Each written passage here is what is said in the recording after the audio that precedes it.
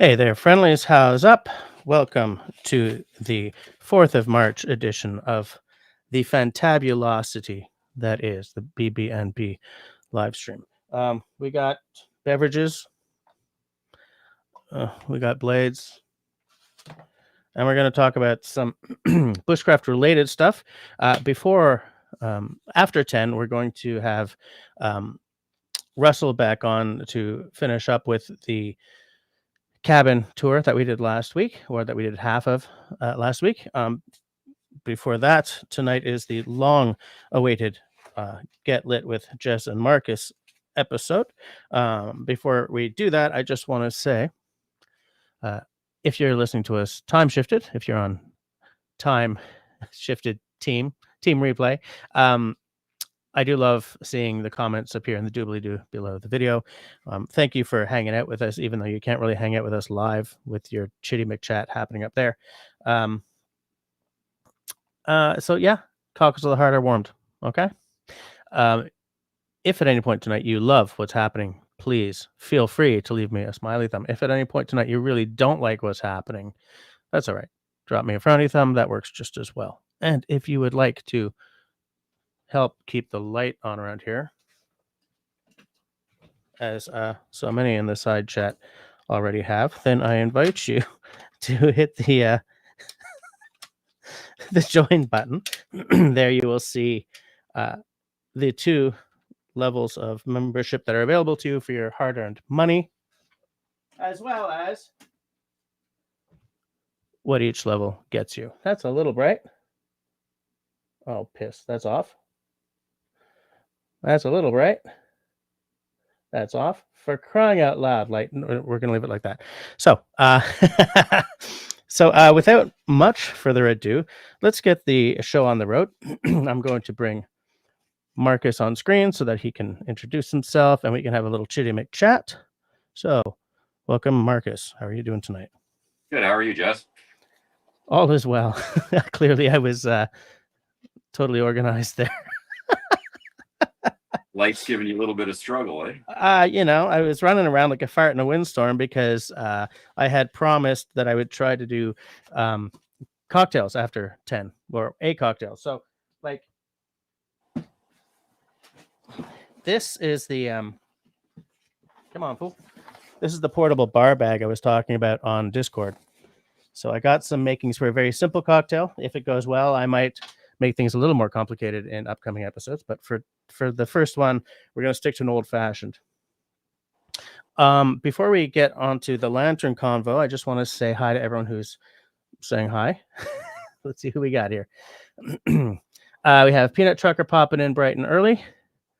Saying hi, gang. As you all know, Peanut Trucker is a channel mod, so it'd be nice. Or have the road hammer dropped upon you. We have a look who's here.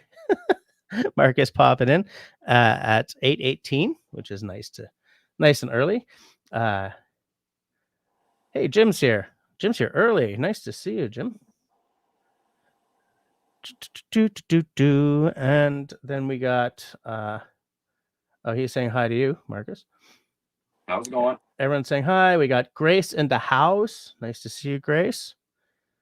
Country Boy, who is a channel mod and a channel hero. He's saying, let's get lit. He's from BC, so the lit he's talking about might not be the same as I was talking about. We got Mark Davidson in the house, who is a channel hero.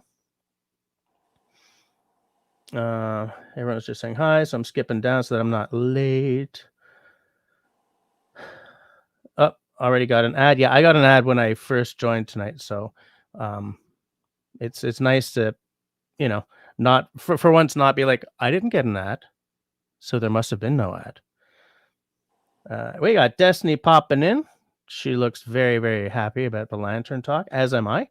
I've been wanting to do this for a while. Charles and Annie popping in from the Philippines. You are in the Philippines tonight, right? Charles and Annie are at least passively looking for a cabin, a pied-à-terre, maybe in Alaska. So I'm never sure if they're at home or checking out northern lands. Hey, we got Marcel in the house. How are you doing? Anyone you want to say hi to, Marcus? Anyone specific? We got I'd like Christy. to say hi to everybody. It's not like I get to be on very often. So That's true.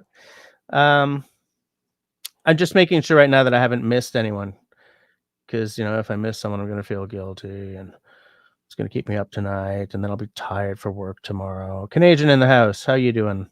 And he just had an ad. I think we're past the ads at this point. We're all friends here. No ads.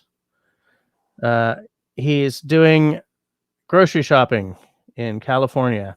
Okay, so Marcus, we've been trying to have this conversation for a little while. Well, I've been trying to meet up with you for a while to sort of organize it, and here we are. I got some questions just in case, there's a lull in the conversation. So I don't know. I guess to start with, tell us a little bit about yourself vis-a-vis kind of how you came to have many, many lanterns. Like, are you an outdoorsy guy and it just sort of grew out of that, or are you a collector? I collect. I've kind of tried. I have over 80 of them, so it's getting a little excessive. But basically, it started with 1991. My parents got me a lantern and a stove and a tent, and that was my teenage years. And I was, wanting something to do with my friends, and we all thought camping was a great idea. Went a couple times, didn't have any gear to do it, so basically my parents got me this lantern. Actually was the very first one I got right there from them. I still have it. Went for a few years camping, then I kind of lost interest in it, and it went away in my parents' house and didn't think much of it. And then probably about 12 years ago, my parents were cleaning up and came across it and asked if I wanted it, and I was like, sure. And started with that one again, and then got a big interest for it. And then marketplace is a big suck of your money there. So I found a lantern here, found a lantern there, and from there I've just been collecting them and basically not running and fixing them up as I go along. I have a question about that, actually. But first, I want to say Russell's asked a good question. He's asking, what is the process for asking questions? The process will be, if you have a question, write question in all caps so that I will hopefully not miss it, and then ask your question. So question, all caps, colon, or button, as my youngest daughter says, and then ask your question. And then if I see it, because Marcus is not going to see it because he's on his phone, so I will be passing on all sort of comments and questions to Marcus as we go, provided I don't miss them. Good. So yeah. So by the way, was that stove like that old Coleman, the green stove that you put the bottle onto? Correct. And that was probably more dangerous than anything, because being a teenager on those, I don't know, have you had one of those? Like, have you used one? I have a 2-burner one right now. I had one as a much younger person, and it went walkabout. But when I was setting up to go camping for the first time with my kids, I sort of mentioned on Facebook that, I guess I've got to buy one of these stoves. Does anyone know if Canadian Tire is a place to go? And someone said, I am never going to use mine. You can have it. So I said, I love you. And I went and I got it. And it's, to me, lighting it the first time was daunting. Yes. But I'm okay with it now. I wanted to mention this to you before, or mention that I had this conversation with you in the sort of the pre-live, that I said, I'm better with hurricane lanterns because anything that's kind of a pressurized gas kind of makes me nervous. Right. Is yours a propane stove, or is it the actual Coleman, the white gas stove? It's the Coleman one with the green buns of gas, the Coleman gas. So it's a propane one. So it's not the actual liquid fuel one that you. Oh, it's not the old school. There is a question for you here, by the way, from Mark. Yeah. There is a question for you from Destiny. Yeah. There's a question for you from Russell. Okay, one at a time. First of all, I want to say hi to Homie Omi. Nice to see you. Russell is asking, What is the temperature in the garage? I think he's asking because you got all those lit lanterns going on.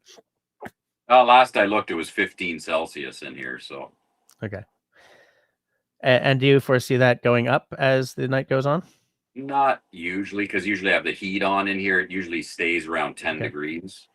Okay. So it's a little warmer. It's about 2 degrees outside now.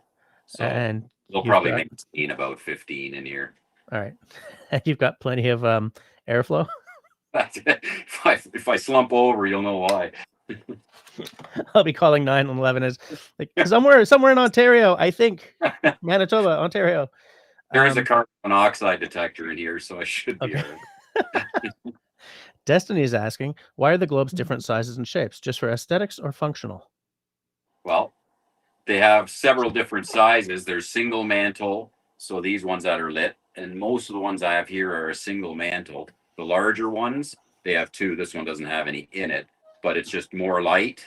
And they do make single mantle ones with a bigger tank, like this one here. So it's a larger lantern, holds more fuel. It's a little bit brighter. That's basically the difference there. So, I mean, you might recognize this one, Marcus. Yes. This is a single burner. Correct. Haven't broke that glass yet. That's never going to get old, is it? Is it? I would like to point out that the one that Russell bought me has new glass.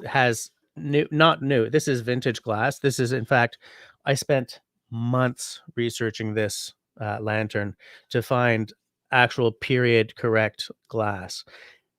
This glass was $100. Oh, it's just glass. That's a lot of people do that with the Coleman lanterns. Yeah. The glass is almost worth more than the lanterns. So they'll buy a lantern, sell the glass, and then just, sell that separately, because a good globe, especially like the older ones with the red from the 40s and stuff, you'll pay $200 for a globe, and they're hard to find. So they're worth more just for the glass. And the same applies for the hurricane lanterns. Yeah, absolutely. Absolutely. Russell is making a suggestion. He says that we should try portrait mode to bring Marcus closer to us. Yeah, but we wanted to show off all the lanterns. Yeah. So we're not messing with success here. Mark is asking, Mark is asking, which is your favorite lantern, or 2 or 3 are your favorites? But I have a question for right after that. So he's asking, do you have a favorite, or do you have like a top 3? I do. And probably my favorite is this one here. It's a 1947. So, and it's got a bit of a story to this one. Basically, I bought it off a kid whose grandfather had it and used it to light up his chicken coop at night when he went out to check on his chicken coop, and was using it almost every day. And I mean, this thing's pretty beat up, but it still works. So that one's probably my favorite, and I take it every time I go camping. I still take this lantern with me, so it's always there. And I love it when they start to look a little beat up. I love that. Oh yeah, that one's more than a little beat up. It's still works. Yeah, it still works fine. So do you have a second place? Second place, I like the 200s. These red ones. I mean, everybody's seen those ones, right? Just because they're small, they work really well, and they look nice. So that's probably my second. I don't have one in particular that's my second favorite. So it's just that one, and then the rest, I like them all equally. The new ones I'm not a big fan of, but I do have some. I have a brand new one. They still make them, and you can still buy them brand new. So where are they made now? They're probably made in China. They say they're made in the USA, but I don't think they actually are. Well, when I was, some of you watching know that I worked for 10 years, 9, as a freelancer. So sometimes full-time, sometimes not, at a fashion and beauty and shopping magazine. And one thing I learned there was that made in Canada, made in Italy, made in Switzerland, made in US, legally, virtually always only has to mean final assembly. So like many people spend big on like a Swiss made watch. This is not a Swiss made watch. I was just being demonstrative. We'll buy a Swiss made watch, where like virtually all the parts, or it has to be 50%, right?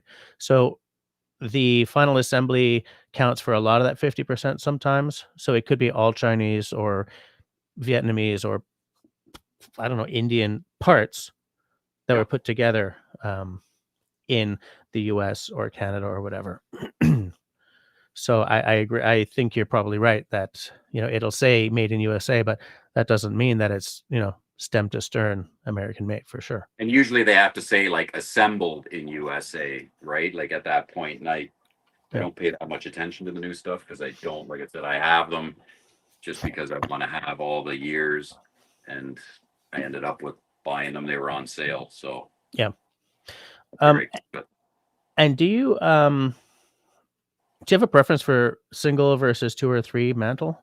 Like I what? like I like the singles. The duals, they're just too big, too bright. They're pretty harsh. Yeah. So I just like the smaller single stuff Mhm. personally. So, and Yeah. somewhere around, I don't have it out here. I also have like that, my birthday lantern. It's one of these, the 200 style, but for some reason, they're always hard to find. I can find everybody else's birthday years in lanterns, but when it was my own, like it was a November 12th, November 1975, Mhm. I had to buy an American one versus a Canadian. There are these lanterns, they're the Canadian version and an American version. Yeah. They're a little bit different. So I had to buy an American version because I could not find a Canadian. So what are the So differences then? I mean, they're one's just a just little bit, metric.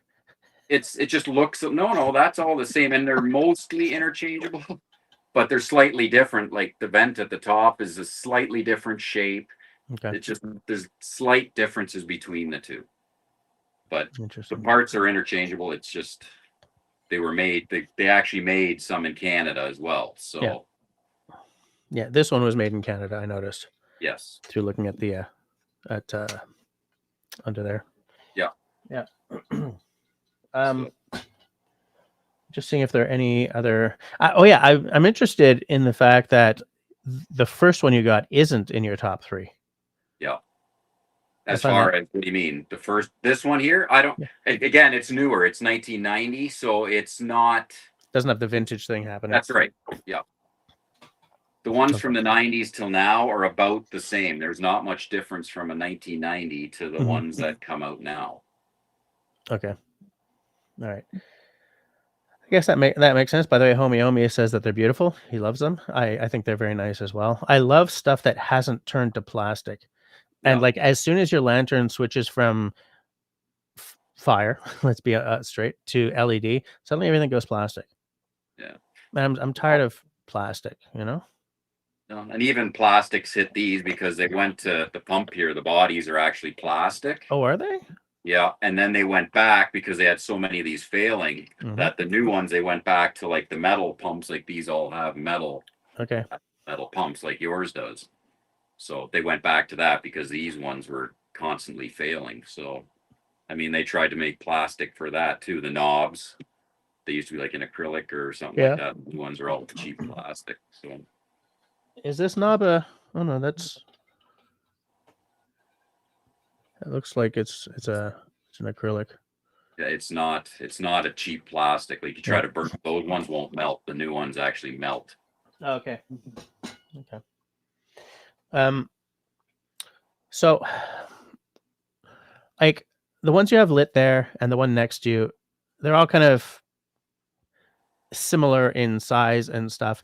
The two that you have sitting, on that side, those big honking ones, are those like the 2 or 3 mantle ones? No, these are singles. These are just the big Holy big crap, single they're ones. huge. Yeah. So, and that's the only reason because they're kind of interesting. There's a blue one.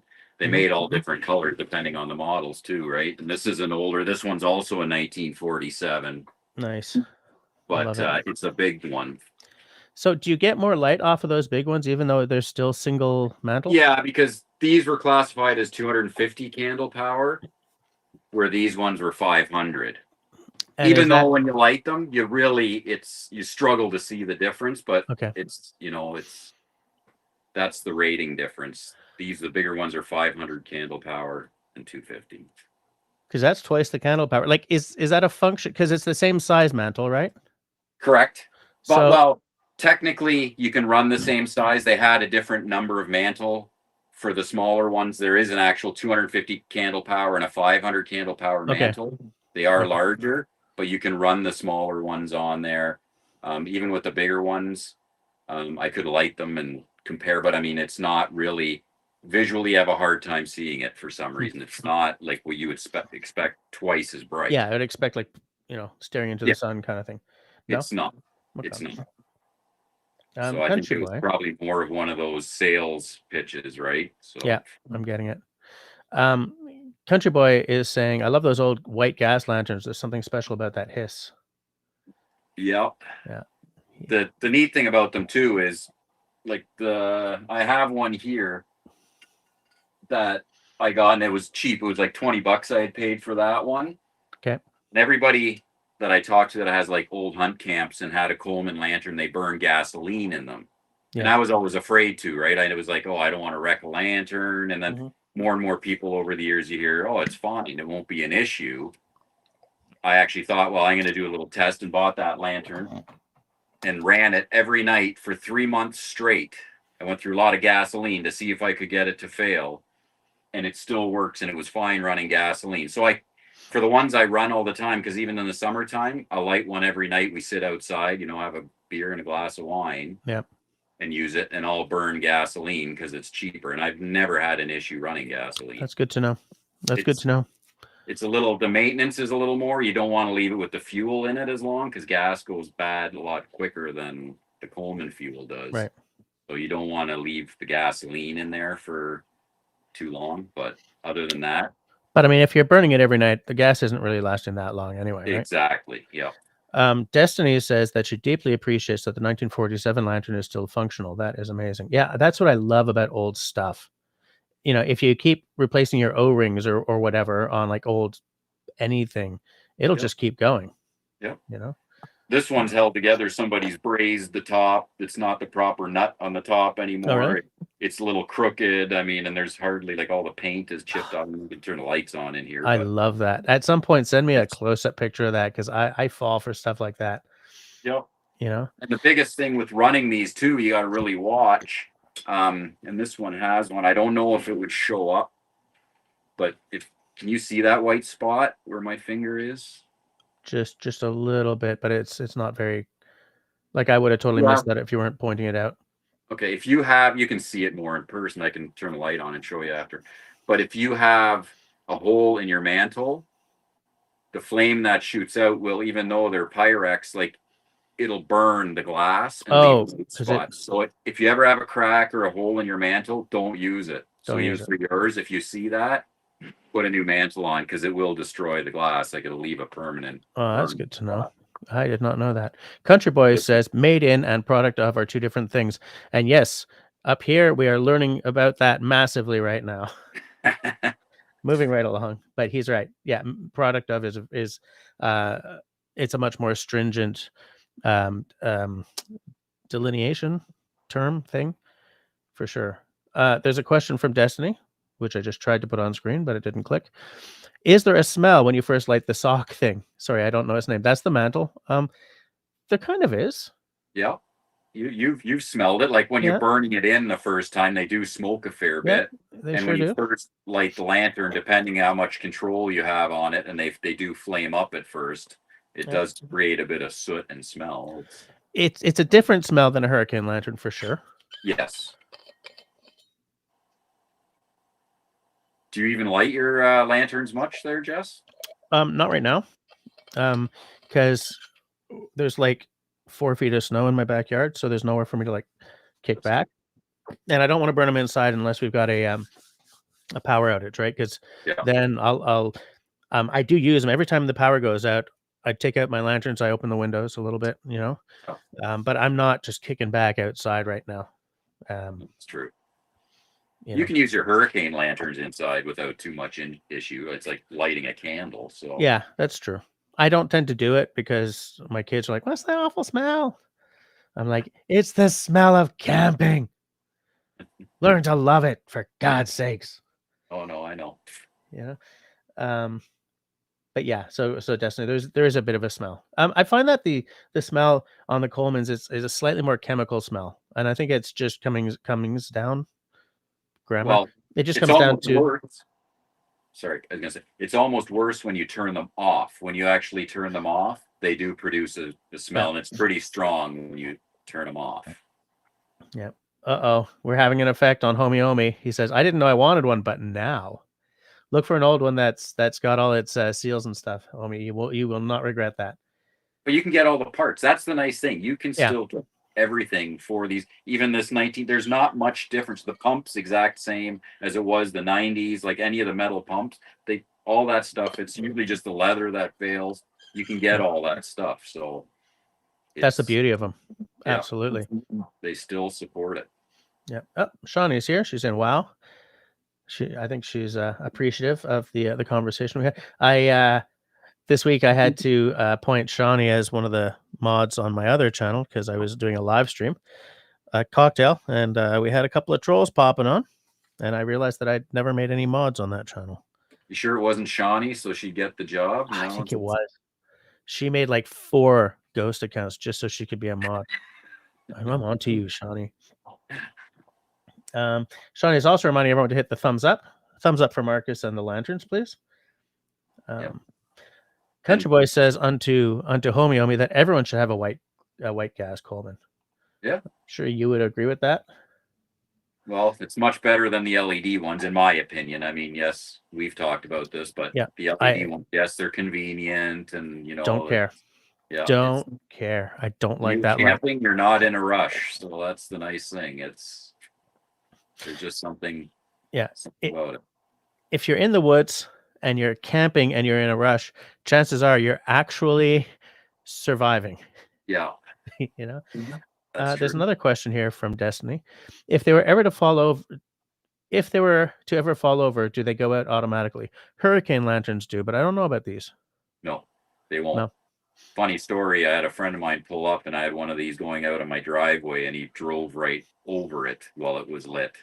And it didn't go out. B, I was surprised it didn't end up in a giant fireball, but it did wreck the mantle, and it was shooting a fire out the bottom of it. Like, I got it back up, but they can, if it's tipped over, it will continue to burn. I'm just glad that poor guy didn't, blow up his car. Burn his car down. That's what. Jeez. Yeah, I was more concerned about the lantern than I was his car, but fair enough. Shawnee loves the fact that we're back to having an interview on the channel. So am I. This one was easy to set up because Markus knows the channel and has some interesting stuff to talk about. When I'm trying to cold call someone like maybe, Really Big Monkey 1 or something, that's a lot harder to set up because they're like, who are you? I'm sorry, who are you? So, but I'm still good. I'm working on it, Shawnee. It's worth a shot. Yeah. Oh, we got Fox at Outdoors in the house. How's it going, Cliff?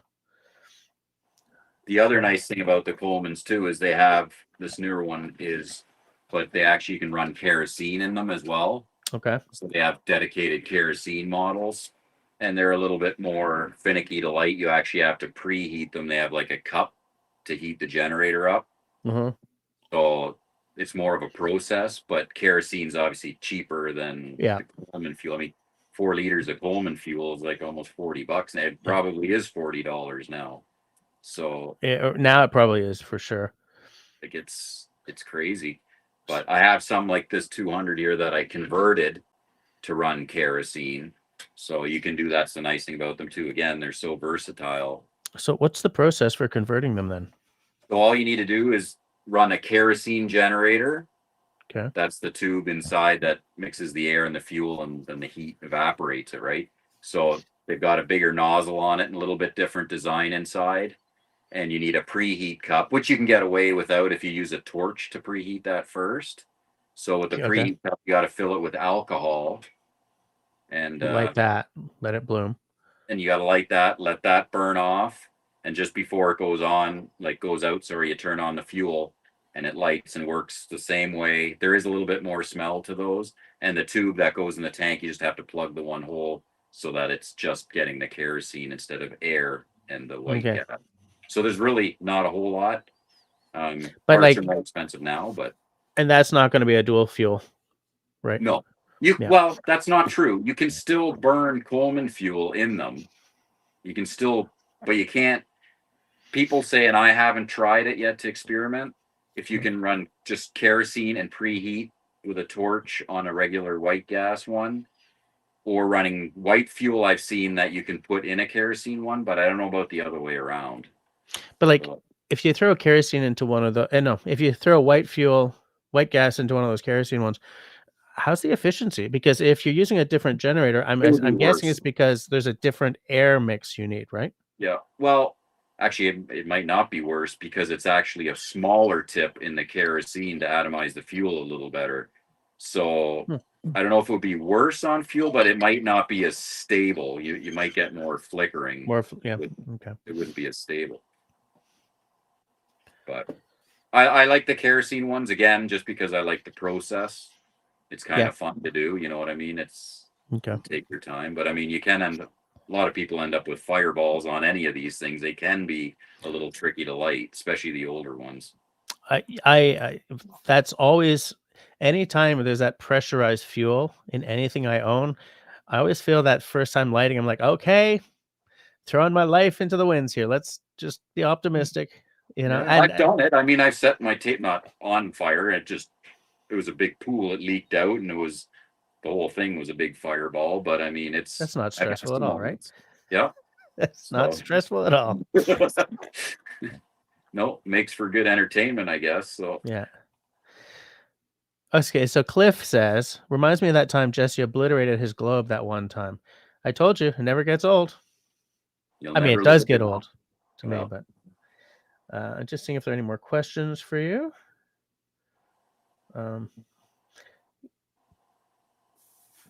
Peanut Trucker, Chris says that his wife complained about the smell.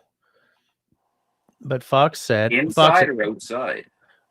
I'm going to guess that that's inside. Fox at Outdoors. So Cliff says, I never really noticed a smell myself when burning in a new mantle, aside from the typical match/sulfur smell. You know, there's a fair bit of smoke from them. Yeah. And it's a pretty dense smoke. It almost goes down when you actually do it. Yeah, it's big stuff. Destiny says, question, which ones are hurricane lanterns, or are they all? Sorry about the dumb question. Not a dumb question. I'm going to show you a hurricane lantern. These babies. Like this one that Russell gave me, or no pressure. There's no pressure to those. Yeah, they don't work with pressure the way the Colemans do. This one here is my first one. This is the Foya hand that I got from Tenenbaum. Much smaller. This is the Foya hand 276. It's a baby something. Yeah, baby special because it's really small.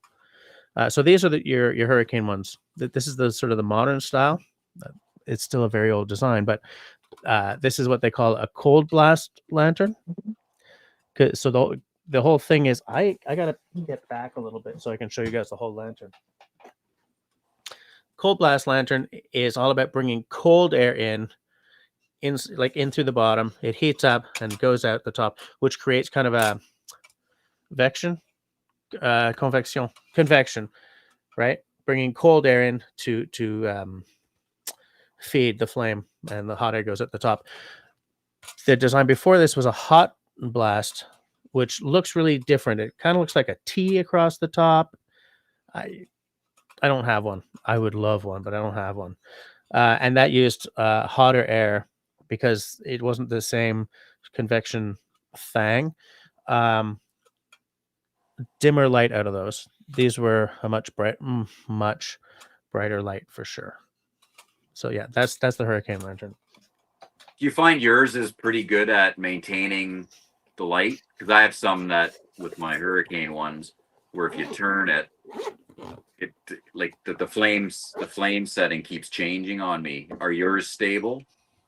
Not really. But I feel that that's because I might not be letting them wick up long enough. Yeah. Because they really do operate on the same principle as a candle, right? When you light a candle, it's not really the wick that's burning. The Right. wick only starts burning once the wax has gone down and it gets high, closer to the top of the flame, right? It's actually Yep. the wax that's liquefying and becoming the fuel that's burning. I feel that I haven't I might not be letting them wake up long enough before lighting. I think I might be turning them too high, because if you turn it too high, it's going to burn the wick, And smoke like crazy. and Yeah. smoke like hell. Yeah. And the whole idea is to keep it on that balance. I'm getting an advertisement. Is anyone else getting an advert?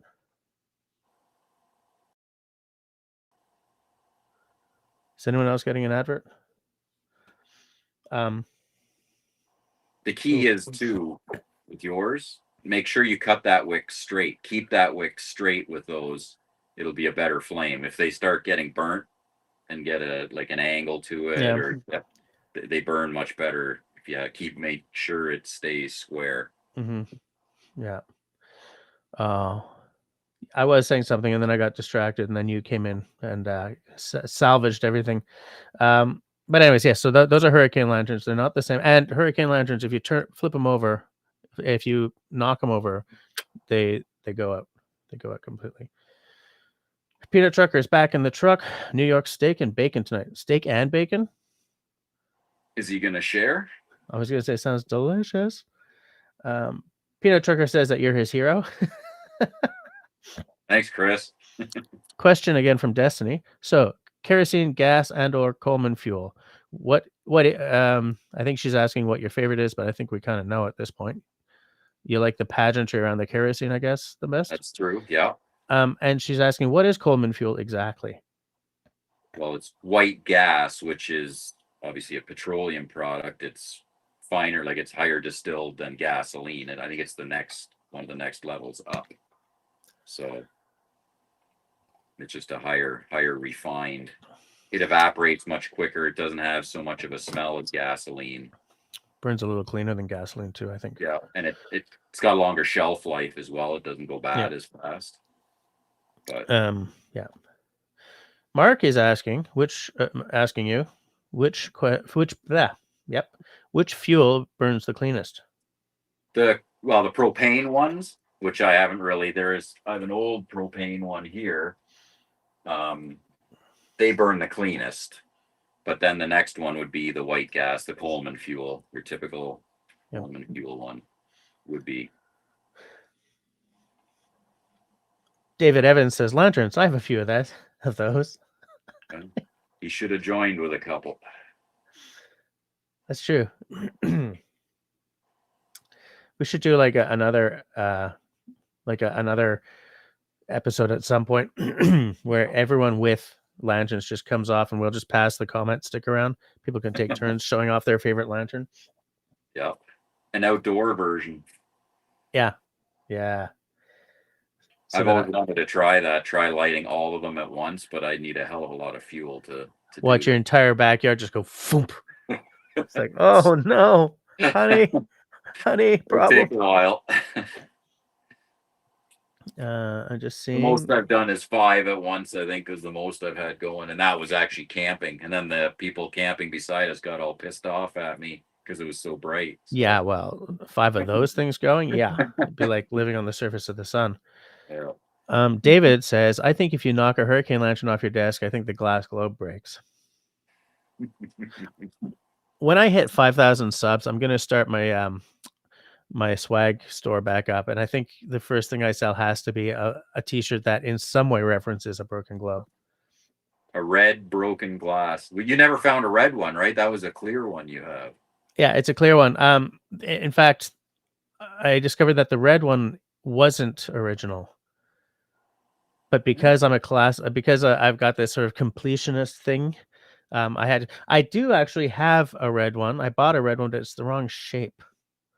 So they did have, but you're right there. They had the red and the green for ships, right? Like they used to have ships, trains, stuff like that. Yeah, they had different colored ones. No, for trains, I think they had a reflector on the back. Yeah, but yeah, for ships and stuff, red and green. Yeah.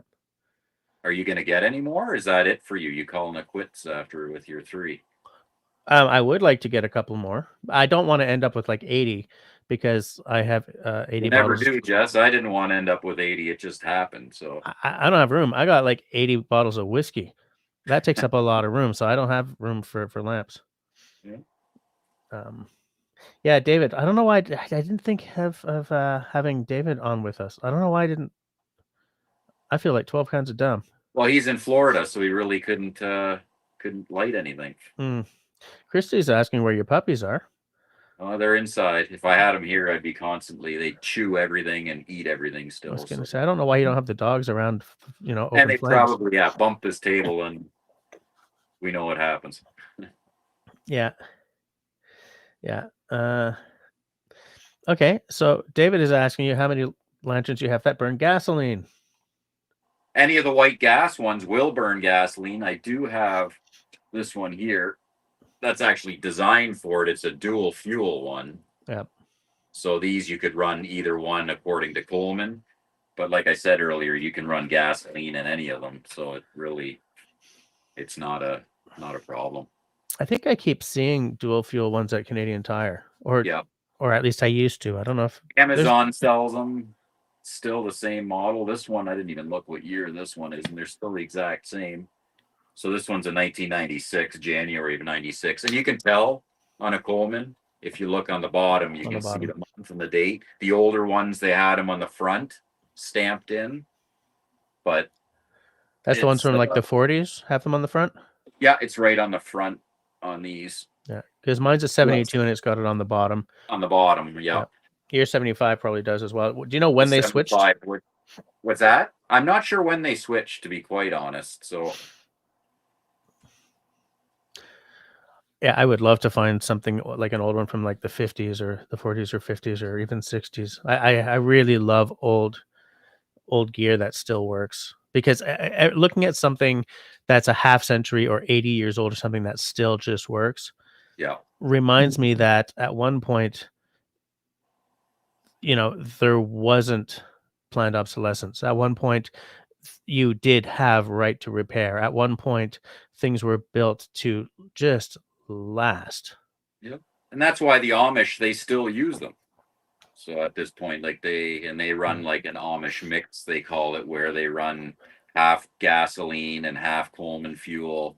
If they're worried about it, like there's all kinds of different things they do, and they do produce parts for them as well. Yeah. I'm surprised in your area though that you couldn't, like, maybe you're not looking, but there should be a fair bit out there.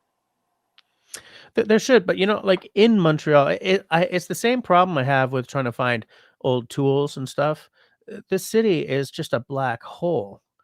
If you go out sort of to like Saint Eustache and places like that, where they have these huge, whatever a marché aux puces is, markets where people have stalls and they got like old stuff or new stuff. Yep. Like a flea market or antique markets. Yeah. That kind of stuff. But you have to get out of Montreal. So it's not like I can just pop by, hey, it's Tuesday night, I'm going to go to an antique store, because like eBay, Etsy, Amazon have destroyed the antique stores in this town. There's a street called Notre Dame that used to have antique store after antique store after antique store, and I used to go in and just look at all the great stuff, and they're all gone. There's one left, and they're open by appointment. So they're not selling sort of the pedestrian stuff that I would be interested in, like lanterns and axes and stuff like that. Yeah, Marketplace is where I think pretty much back in the day, Kijiji and stuff, but Marketplace is where pretty much all of these have come from. I haven't really found maybe one or two from a flea market and stuff. I don't really go to them very often. Well, they're not as cheap as they used to be either, right? Because now everyone they're definitely shooting up in price. Yeah. Again, the glass. It's the globes on these things that, suddenly I'm seeing a lot on Marketplace missing the globes. But if you go on eBay, there's a ton of globe, you know what I mean, for $80 US each, kind of thing. Yes. Yeah.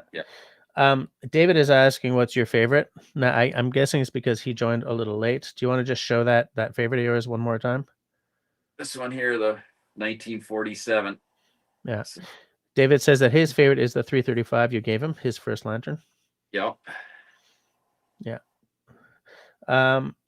Destiny's asking, Do you have to take them apart occasionally to clean them, or does the burning fuel kind of do the job? You do. It takes a long time for that to happen. Like this one here, I have never cleaned it. It basically, and I use it a lot. I've never had, it all depends on the fuel you burn. If it's older fuel in it, obviously, then you're going to have issues. But if you put clean fuel in it, usually you don't have a problem. Like you'll get hundreds of hours out of them. So, And what's the first part that goes on them when something finally goes? well, usually the mantle obviously is the first thing. Yeah. But Okay. other But than that, most of the stuff that I buy that doesn't work, it's plugged up because somebody's left the fuel in too long, yeah. and it's plugged up the fuel air tube in the bottom in the font. Yeah. It plugs up. That's always the first thing that you get. The generator is probably the next thing, and you can clean them unless they're destroyed. But again, it takes a lot to wreck one of those. It's usually if somebody has taken it apart and lost, there's a tiny little needle on the end Okay. that you can bend or break. You don't even realize it's there. So that's probably the second thing. I mean, they're pretty simple. There's nothing they don't break. Yeah. I was thinking. I didn't think of mantles because I kind of see that as a consumable. You Yeah. know, like gas or like printer cartridges. Yeah. I thought you were going to say like the little leather or something like that, or an O-ring, but No, if you keep the pumps like the leather inside there oiled, mhm. they'll last 5-10 years, no problem. Okay. So the biggest thing, if you do maintenance like anything else, it's not an issue. Yeah. So True. I mean, especially for how much, it's not like you're going to rely on these things for your daily light source. You go camping a couple times a year. I mean, Yeah. the average person, That's you're true. never going to have an issue. You'll be replacing that mantle pretty much every time you use it. But Foxit says I've got a Coleman's from somewhere around the 60s, but it's missing some parts. Well, Foxit, you'll have the exact date if you look at the bottom of it, or maybe the front, because we yep. don't know when they transitioned. But you can still buy all the parts, so get that thing working. And eBay's your friend for anything used for those things too. Yeah. Jim has a dual fuel Coleman from around 1990 or 1991. That's the Sounds about same. right. Yeah, the one I was showing here before, that guy there. Yeah. Yeah. I think your phone just rang. Oh, probably. Destiny says, gagging to buy a Victorian style lantern from Layman's, but the lighting mantle sock part scares the bejesus out of me. Yeah. There's a bit of an art to lighting those and burning those. Didn't you have an issue when you first lit yours too? Hell yeah. And you got to open up the pump, not just a quarter turn. Well, and here's the thing. I light it so seldom, especially in this part of the year, that every time I light it, I'm like, oh, I did this backwards. How does it happen again? Wait, pump it what? No, I have to turn the thing. And then I look it up on YouTube. Yeah. That's one nice thing, right? You can find anything on YouTube. Yeah. David, by the way, says he got most of his lanterns from Facebook Marketplace. Yeah. Oh, my land, there's Outdoor Dauber. Oh, hey, Dauber. Haven't seen you in a minute. Destiny's asking, are the globes all Pyrex? There's Pyrex, and there was another name, and I can't think of it right now. It's like a Pyrex as well, but the older stuff was all Pyrex. The newer stuff is something else now. I don't even know what it's called, but they used to actually say Pyrex on them as well. Mm-hmm. So, And, there are two different Pyrexes, right? yeah. Like if it says Pyrex in all capitals, then that's the good stuff. If it says Pyrex in lowercase, then that is a licensed. Yeah, I just realized something. I should probably have emptied this out, eh? What? It's only been since last fall, right? You're fine. Yeah. Okay. Yeah. Yeah, these are in capitals, so Yeah. So that's the Pyrex you want. and I mean there's companies that make knockoffs, like this one here is a knockoff of one, but it was made in China, like it's all Chinese, but even some of the parts interchange with that as well. But yeah, and it's different. It's definitely, this is an older one, but so it's not just Coleman that made made this style of lantern. That's true. Although I think I've only ever really seen Coleman's. Oh no, I've seen something else in like at a flea market, but I don't remember what it was. Camp Light was another big one. That was probably the biggest. But then they had all kinds of propane ones. They like the Burns-O-Matic, and there was different companies that made different things that rebranded stuff. Like Sears, Oh yeah, Coleman made them for Sears as well. So you'll see a lot of them that are labeled Sears lanterns, and those are actually pretty desirable. yeah. And I mean, some of these you can buy. You look on eBay. There's like the ones, the gold ones, the gold bond ones, and they're going for like thousands of dollars. Yeah, So here's the reason why I wouldn't want to spend that kind of money on them, because then I would kind of feel like I don't want to take this into the woods, and I never want to buy a no. camping tool that I don't feel free to take into the woods. Right, yeah. You know, I like. What's that? I was just stopping talking because you were about to say something. No, I was just saying, yeah, you want to actually use it. You Yeah. don't. I like old stuff, but I don't want it to be in pristine condition so that if I get a scratch on it, I feel like I've ruined a collector's item. To hell with that. I want it to work, and I want it to work hard, you know? Yep. Foxit says, I need like a 6 or 6.5 inch globe for a lantern I have, but I'm also missing a mantle head too. You can still buy the globes too, like even for the 200s, these bubbled out ones. You can buy reproduct, like they still, Coleman sells them. They say made in China for Coleman. So it's not the same as the originals. Like this has a sunshine on it. There's different, styles over the years that to keep it original, you want to stick to the original glass. Some of them, the more expensive ones I have, my nice ones, they're still in a case, but I take out the good globes, wrap them, and put the new version in, just so if I break it, it's not the end of the world. Yeah. David is asking, so what's the correct clocking for a Coleman lantern? I don't even know what that means. Well, he's referring to, like, if you look, and they're all different, so you got to know Canadian. What he's referring to is if you look at the valve, to where the stem of the pump is, like on this side here, you can see it's mirror image, of course, but it's on the left-hand side.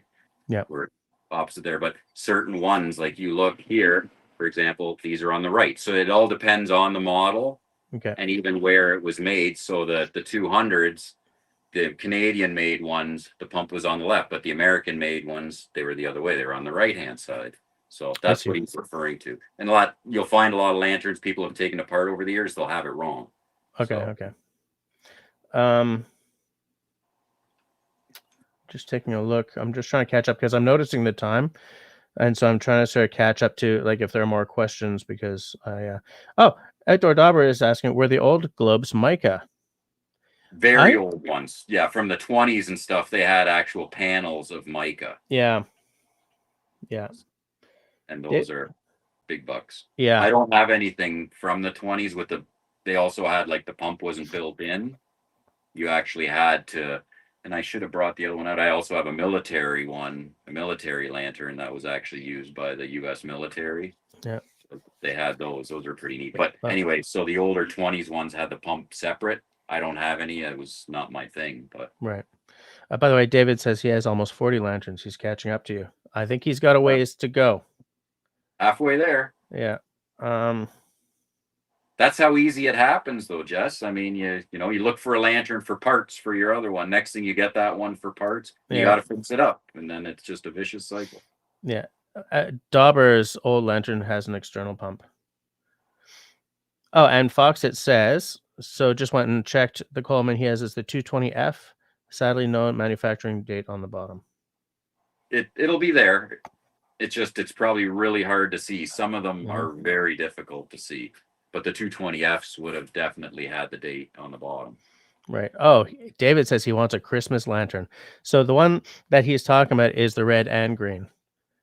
Also another very expensive one. And you can make one yourself, but again, it's not the original. same. No. I see that Russell's here, and I believe... Trying to catch your attention. Yeah. Is that the one that you got from the secondhand? Yeah, that one is actually... Markus! How's it going? So that one, I believe, is an older version of my Foya hand. Yeah, the 275. And for my quick Google search. It 1930s, possibly early 1940s, before the war. Because after the war, they put like a W on it or something like that. Okay. Do you even have Anyway. a Coleman lantern at all, Russell? No, this is the only lantern I have. I walking through that place. You were at it, right? That place in Yep. near Norwood, right? You'd send me the pictures. Yep. And I saw this one. I fell in love with it right away. That's Yeah. beautiful. I would have as well. I love it. And I have a question for you, Marcus. Like, it's showing its age like really bad. I don't know how well you can see that. Maybe Yeah, it's tough like it's pitted and stuff, and it's just looking really. I'll take a picture and put it on Discord for you. But Yeah. like, how do you? Is there a way to restore the metal when they're on that? pitted, you're pretty limited on doing much with the pitting. I mean, you can sandblast it unless it's going to be a Swiss cheese after you're done. But like, the problem is if you try filler and stuff, especially if it's on the top, the heat will just make it flake off. So you don't have to anyway, because there's no gas pressure building up in that thing, right? Like if there's no hole through in like the reservoir or anything, then it's fine. So Come on. No.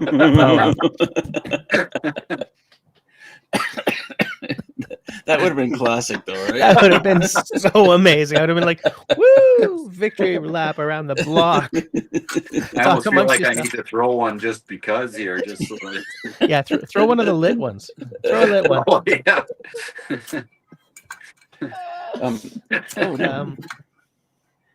City Girl did a video on this where she replaced the mantle, and it's cool. Like, it's not going to put off nearly as much light as any of those that Marcus have, but isn't that beautiful? Yeah, isn't it's that beautiful? a real magical light, though. And when City Girl cut the mantle, she cut it like this long. And I'm like, why didn't you make that longer? And she goes, oh yeah, I should have made it longer. Yeah.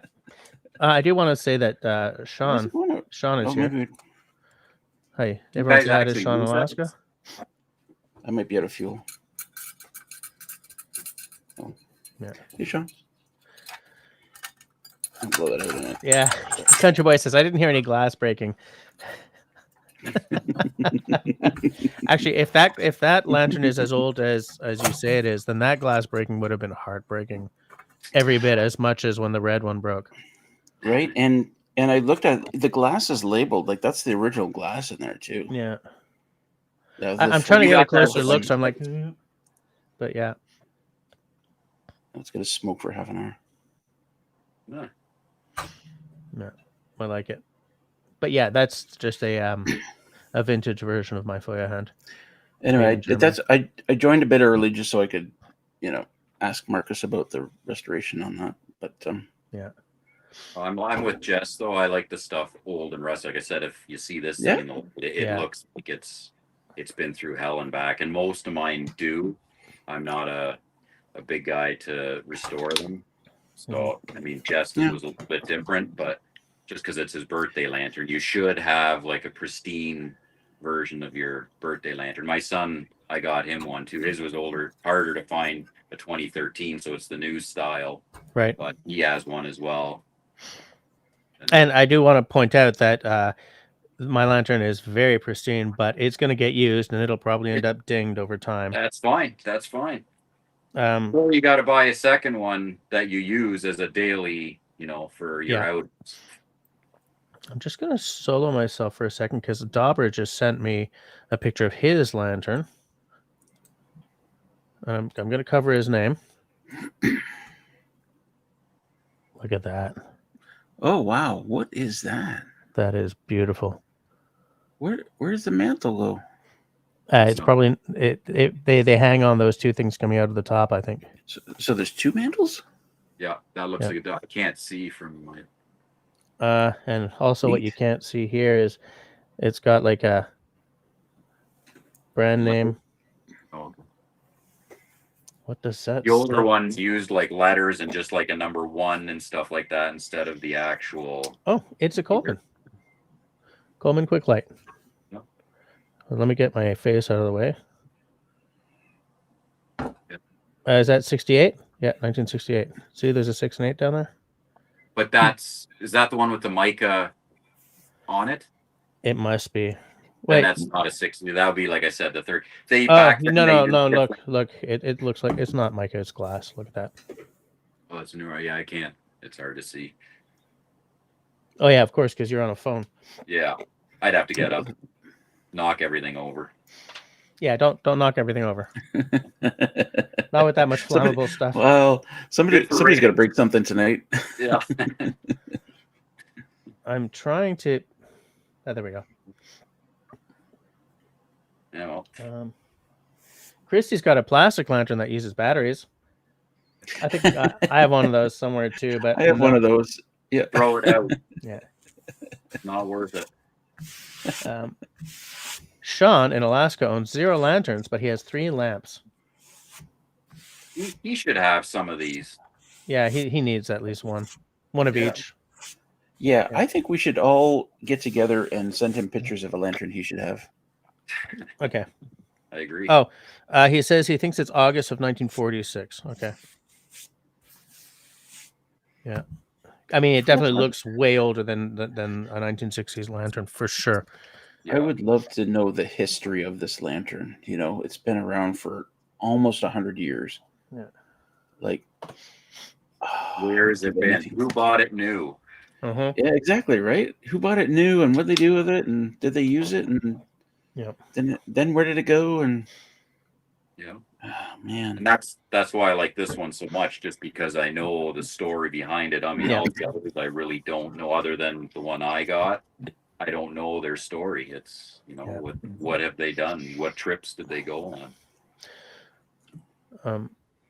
Christy says that I should pour my dram. That means, it's after 10. Oh, Marcus, it's after 10. Are you okay? Yeah, no, I should go soon. I'm just gonna finish my beer. So okay. So I guess so you've got like 80-ish lanterns. So what you brought out was like. Do you want to, Jess? Do you want to send me back into the green room until Marcus is gone, or if you want? Okay. Well. Sorry, did you say something? Doesn't matter. I don't know. You've got interesting stuff to say about lanterns, right? He needs to get a Coleman lantern, is what he needs. Yeah.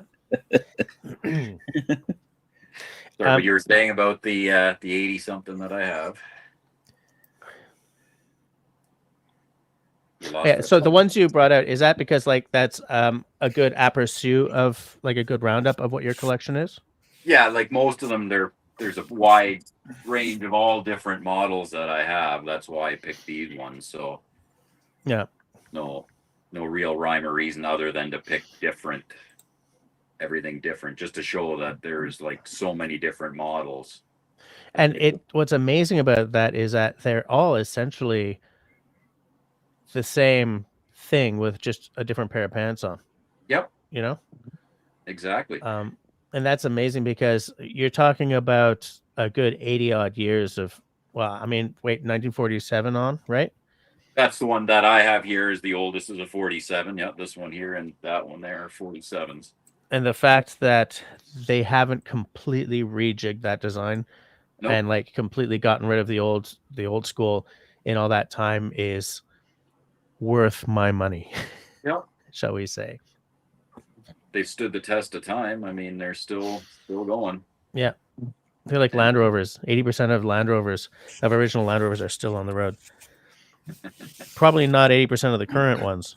No, guaranteed. That's all I'm going to say about that. Well, nowadays you buy a car in 10, 15 years, you got to replace it. They rot out. At least here, I'm sure, obviously in the southern states and stuff like that. Yeah. A lot longer, but one thing I definitely noticed about Vancouver is that there's a lot of much older cars still on the road because they don't salt the roads. What do they use? Sand. I think in Manitoba they use sand. When I was living there, cars lasted a lot longer. I have never seen as many old VW bugs, as I have on the roads in Vancouver. But here it's all salt, so everything gets eaten out from under us. And it's gotten worse the last few years. They've really, this year, I mean, it's been colder than usual here, but they've really been pouring the salt to everything. Yeah. Destiny and Country Boy both said this. If it ain't broke, don't fix it. Don't try to fix it. Coleman understands, and I think that's a good comment. Now, here's something from Outdoor Dauber, and I know that Dauber is not a troll, so I'm going to read you this question because I get the feeling there's something here. Marcus, do you have a Coleman turd? That's what this guy is right there, the brown one. You didn't have to reach very far. I had to read that question twice because I'm like, nah, okay. There's it's something not a to troll this question. I do have one. Well, that's why it's here, actually. It's funny that you have 80 lanterns, and one of the ones you picked up to show us is the turd. Yeah, well, that's like I said, and then I got blue. So, yeah, they do get nicknames. That's for sure. Do you know how many colors they've done over time? Oh my God, no! I mean, brown, blue, the green and red. Yeah. Then they did like the gold bond ones. Those were specialty ones. They've got the nickel. And then the newer ones, they have the silver. They've got different shades of green. Like they had like a sea foam green, a dark green. Like this one here is a sea foam green. Even the reds, they had different shades. There was a burgundy, and then there was a darker red, a light. Like there was a lot. They had ones with black bands. They're really rare. So, I think you just see the Coleman marketing team is, we got to think of something new and inventive. Green, blue, yeah, blue, and even the globes. They had like seasonal ones. They have hunting ones that they came out, special edition one, like 100-year anniversary, 50. You know, they had all different. Like anything else. Dauber says he thinks his old one is brass. That makes sense to me. Yeah, that makes sense to me. Country Boy says we don't use anything in Vancouver. We just stay home. I like that thought. Yeah. Marcus, why haven't you turned your job into a remote job? You know. Well, you know they're trying, Russell, with remote monitoring nowadays. So they're trying. So many jobs are remote these days. I think you should. I think you could do it. Yeah. I don't even know what Marcus does. Is this a conversation we should be having on? Does everyone know what Marcus does? Fix elevators is what I do day to day. You just need like a drone with like tools on it. Like, okay, how much time do you spend in an elevator shaft, and how much time do you spend in the elevator room where the door that nobody ever opens because you can't, the elevator room? Like on an average, like maintenance, it's an hour to 2 hours on an elevator, but that's between everything, right? So no, I mean like how much of the maintenance is actually in an elevator shaft, and how much is in the elevator room that only elevator technicians only ever go into? Do you know what I mean? Most of it, you're on top of it because there's a lot more moving parts. So especially this stuff, it's all control boards. So there's really not much as far as moving parts and maintenance anymore. And even newer elevators, the actual everything, they don't have an elevator machine room anymore. They have the elevator machine, and everything is built in to the shaft. So the newer stuff, it's all in one. So you're in the shaft pretty much the whole time. Oh, okay. And do you work for a specific company like Otis or Schindler or something, or is it more of a general? TK Elevator is the one. It used to be ThyssenKrupp. Oh, ThyssenKrupp, yeah, okay. A company I work for currently creates a dispatch plugin for ThyssenKrupp. Okay. And one for Coney, yeah. Hold on. Foxit looked again on his lamp. No, yeah, Foxit. Hard AF. We know what AF stands for. To see the stamp date, look at it and it says 71. Was hoping it was going to be an older one, to be honest. What are you talking about, man? That's older than I am. 71 is pretty old. Yeah. As fruit. AF is as fruit. Yes.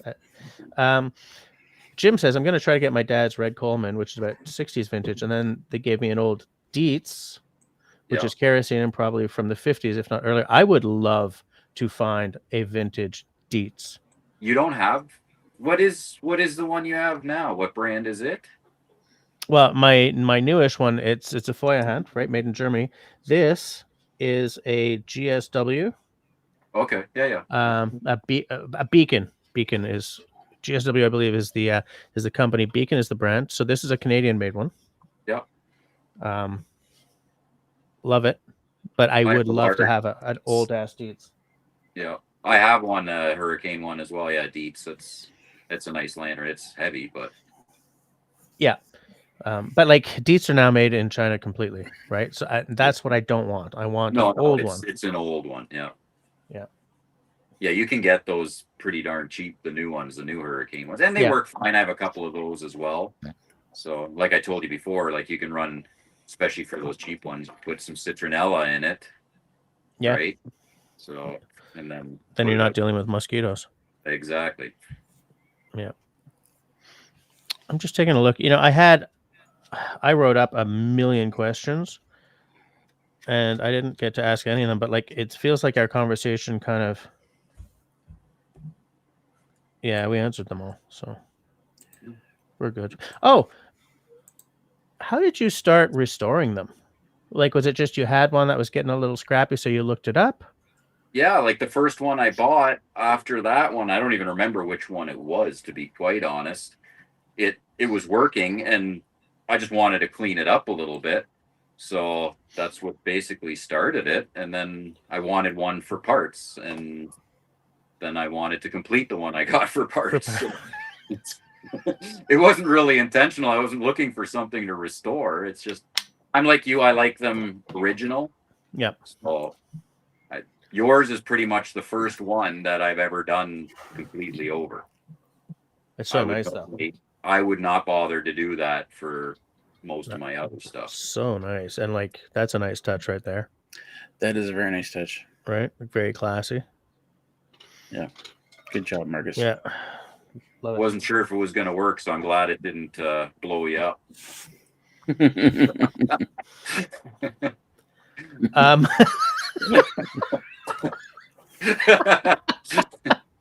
Now he tells me.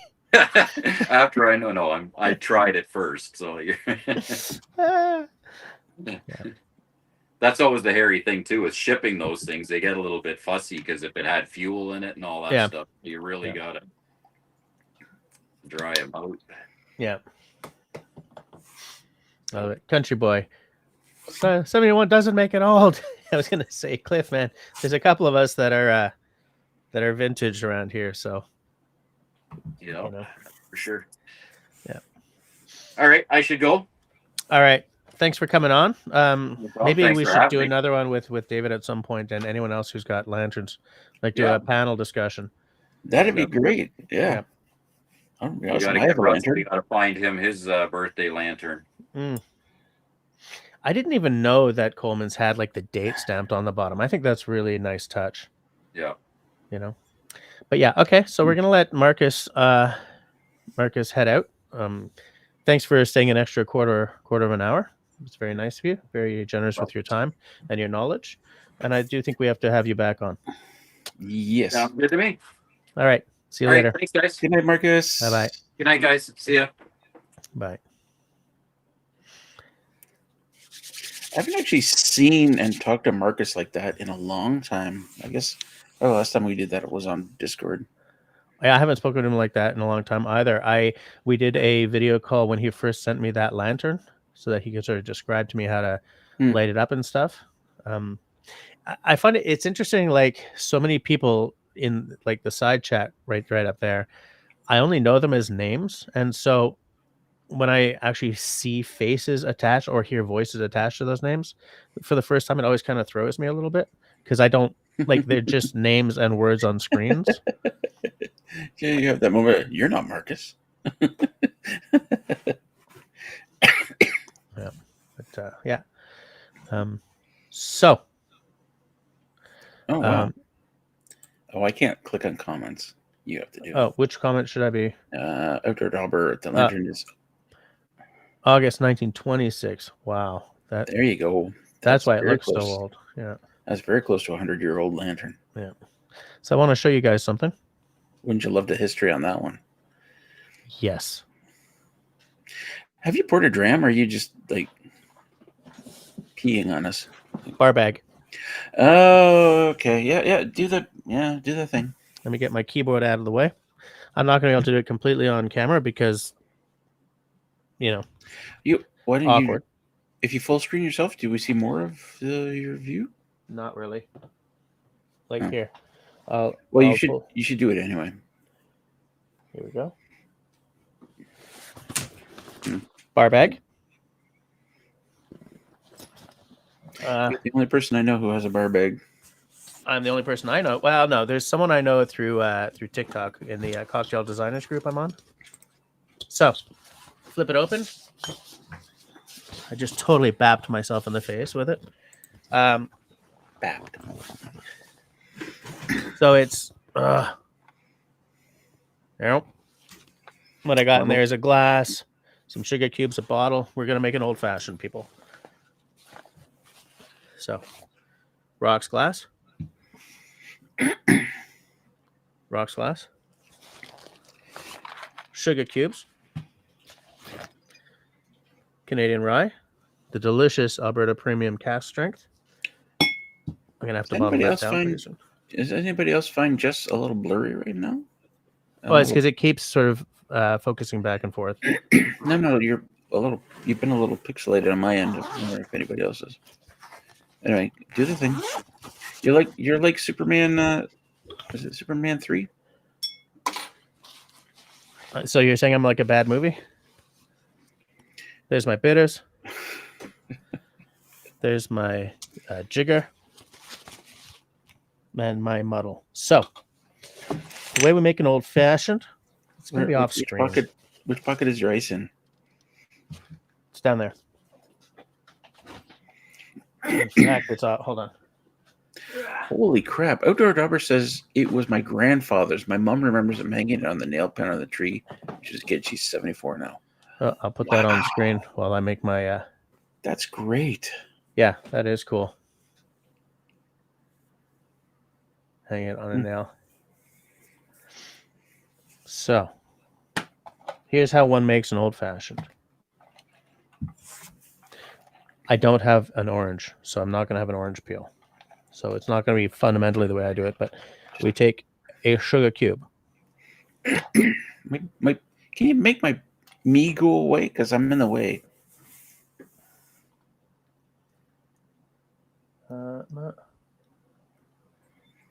I'm looking. How do I just solo myself? Oh, like this.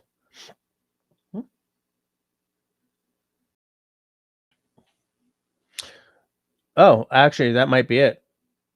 I wonder what my settings are. Hold on.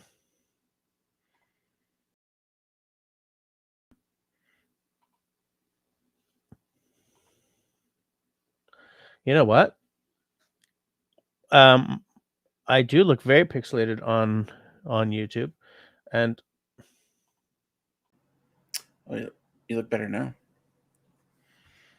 You, however, your camera is off.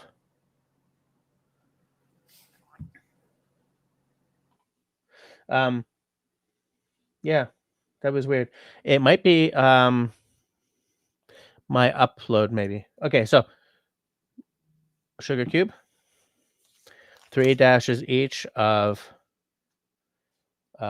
orange and Angostura bitters. So orange, 1, 2, 3, right on the sugar cube.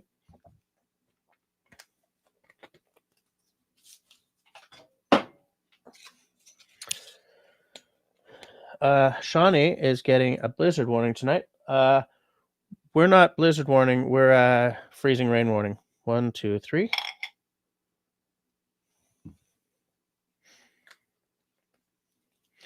I'm gonna bring Russell back on screen, although his camera is off. I cannot hear you. You can't hear me? Now I can hear you. Ah. Whoops. There we go. I can still see me. Okay, so we got 3 and 3 bitters on there, and then from my little cooler with my Heiss in it, I will take a small can of club soda. Schweppes. I heard a TikToker who was like making drinks, but not like an actual mixologist. Call it Schweppes. Schweppes. I was like, nope. No. Was it an AI voice? No. There's a guy who clearly didn't know his R's from a hole in the ground. So take my Schweppes, open it very carefully, just in case.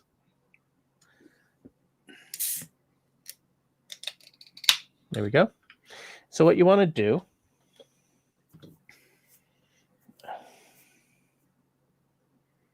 I don't have 3 hands. Okay. Pretend that I'm using just like a bit of a bar spoon of this.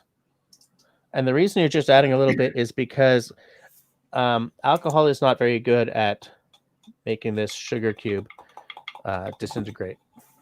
So See, I'm right in front of. Yeah, there you go. there you go.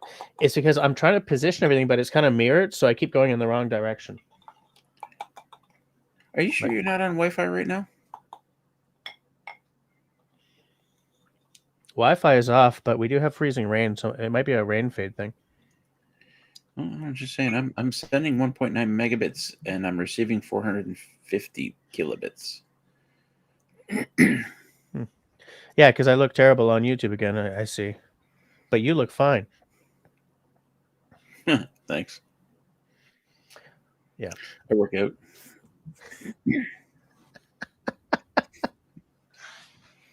Okay, so so now that the sugar cube is destroyed, or whatever it's called, muddled. That's that. I knew I could get to it if I just kept on trying. So you've made sugar water at this point. Yeah, it's granulated though. It's not just like it's not a simple syrup kind of thing. That's the term I was looking for. There we go. I put it in using the spoon to keep it from splashing.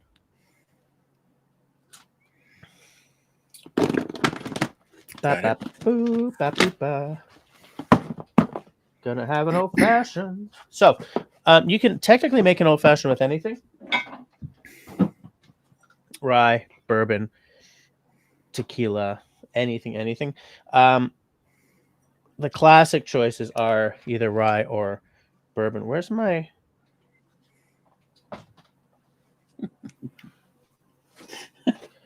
Two ounces.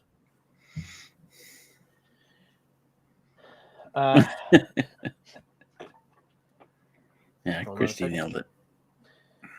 Oops. Coach says you need the orange peel to flame the drink with the oils. Yes, that is what I do like to do. I don't always do it. I will do it more often when I'm using bourbon than rye. Okay, that's 2 ounces. I'm going to very carefully hide this on screen. Very carefully lift this up. Yeah, I'm mirrored. So there we go. So I will very lightly. Oh, I forgot to use my little stamp. Oh well. So what I would do normally here is an orange peel expressed, but since I do not have Tabernac, I put the. There we go. I will use a maraschino cherry.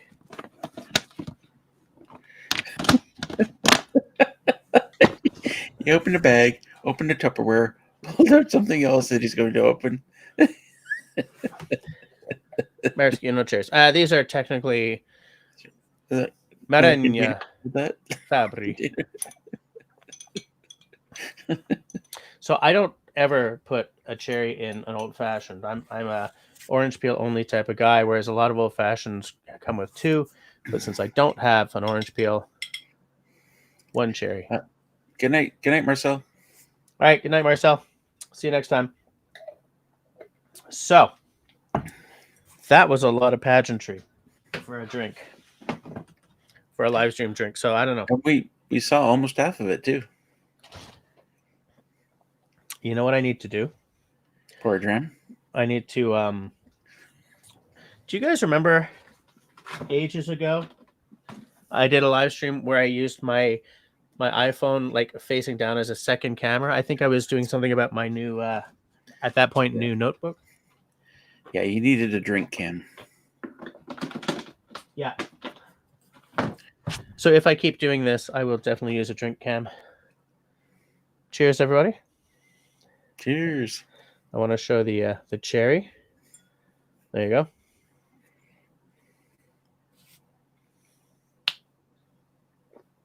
Hell yeah. Hell yeah. Hell yeah. Loving it. Oh, rye. Not everybody likes rye, but I think it's delish. All right. Well, I get a scotch. You should take a look at your Wi-Fi.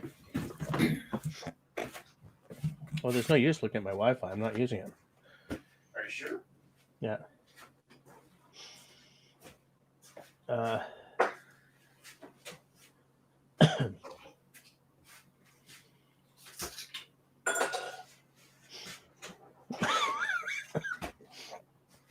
Destiny says, I like how Jess always looks like a medieval alchemist every time he concocts a drink.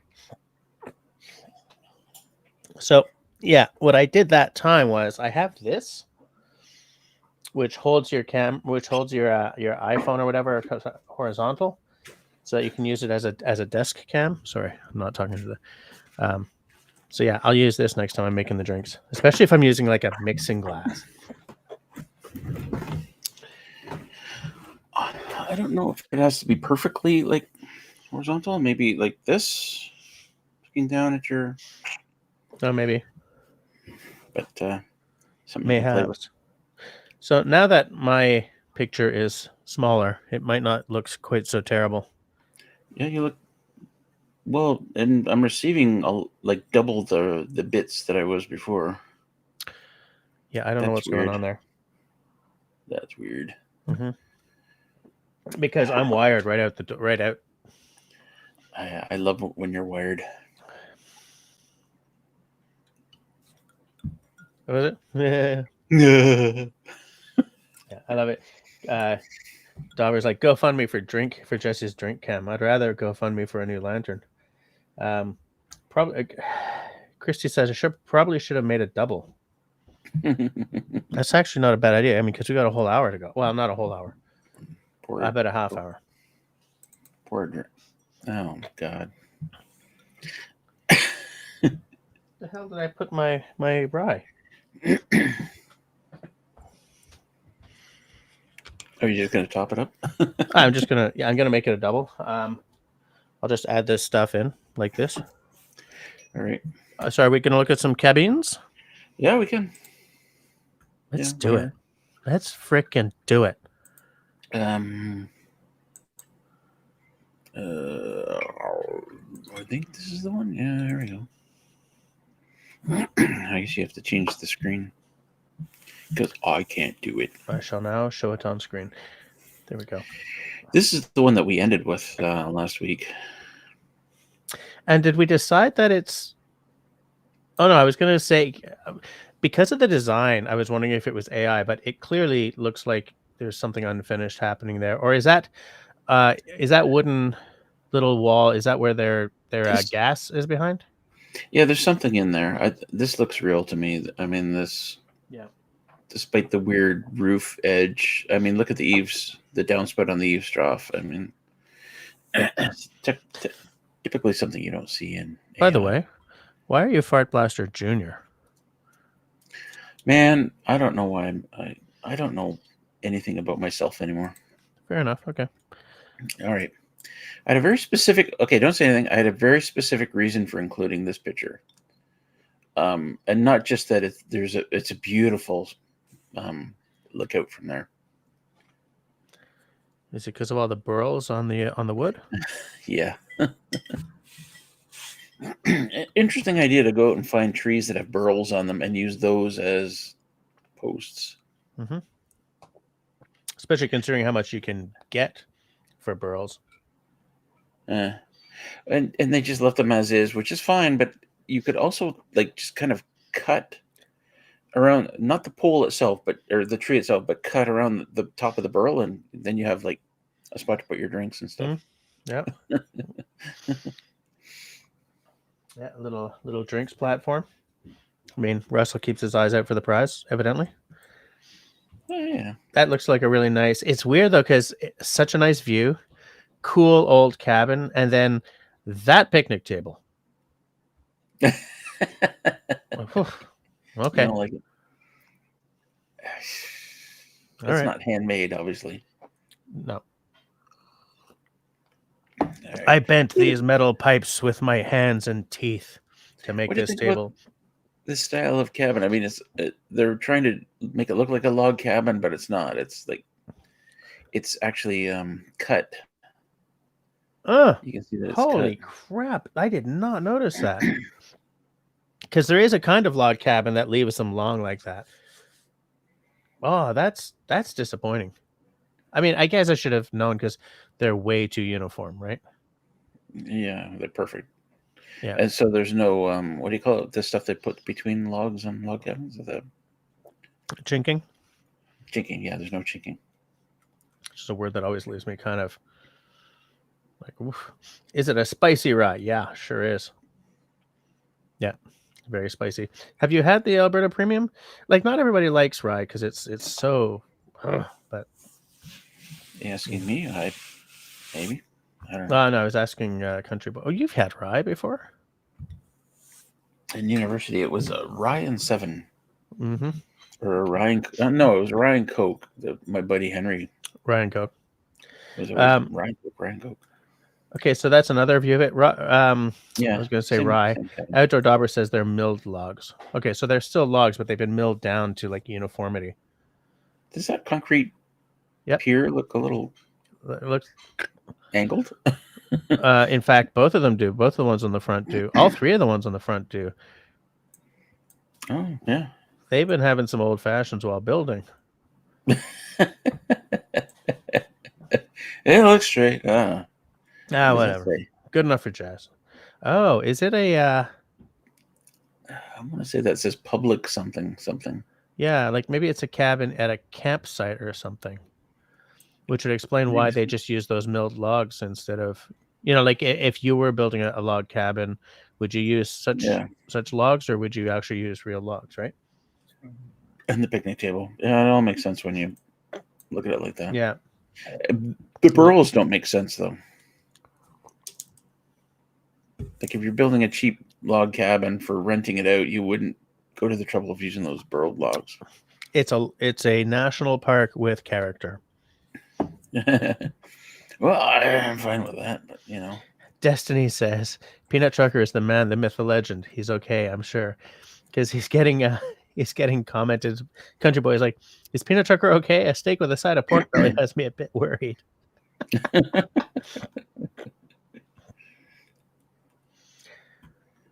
That one looks okay. So that's what's it called? Batten, something in Batten, pork and pork. What the hell are you talking about? Thing in Batten. Like your cabin is board and batten, but it's weird that the roof doesn't overhang at all. That was my first thought too. The roof doesn't overhang it at all, which is weird. Although they do have a little bit of a thing on the door. Yeah. Okay, so that's going to protect the door in case of rain or snow. But I mean, even like I haven't before I built my porch on my cabin. Mm-hmm. I do have that. It's not an overhang. It extends, right? The roof extends past the building. My door leaked, right? Water would come down and splash against the door, and it would leak inside. Okay. It hasn't since I built the porch, but you end up with problems like that. You want the water to not splash, right? Yeah. Right there, right? But also, looking at this picture, I don't like the surrounding environment here. I don't like if you go out and sit in that chair, what are you looking at? Yeah, it's not waterfront property. It looks like there isn't even a creek. There's no hill.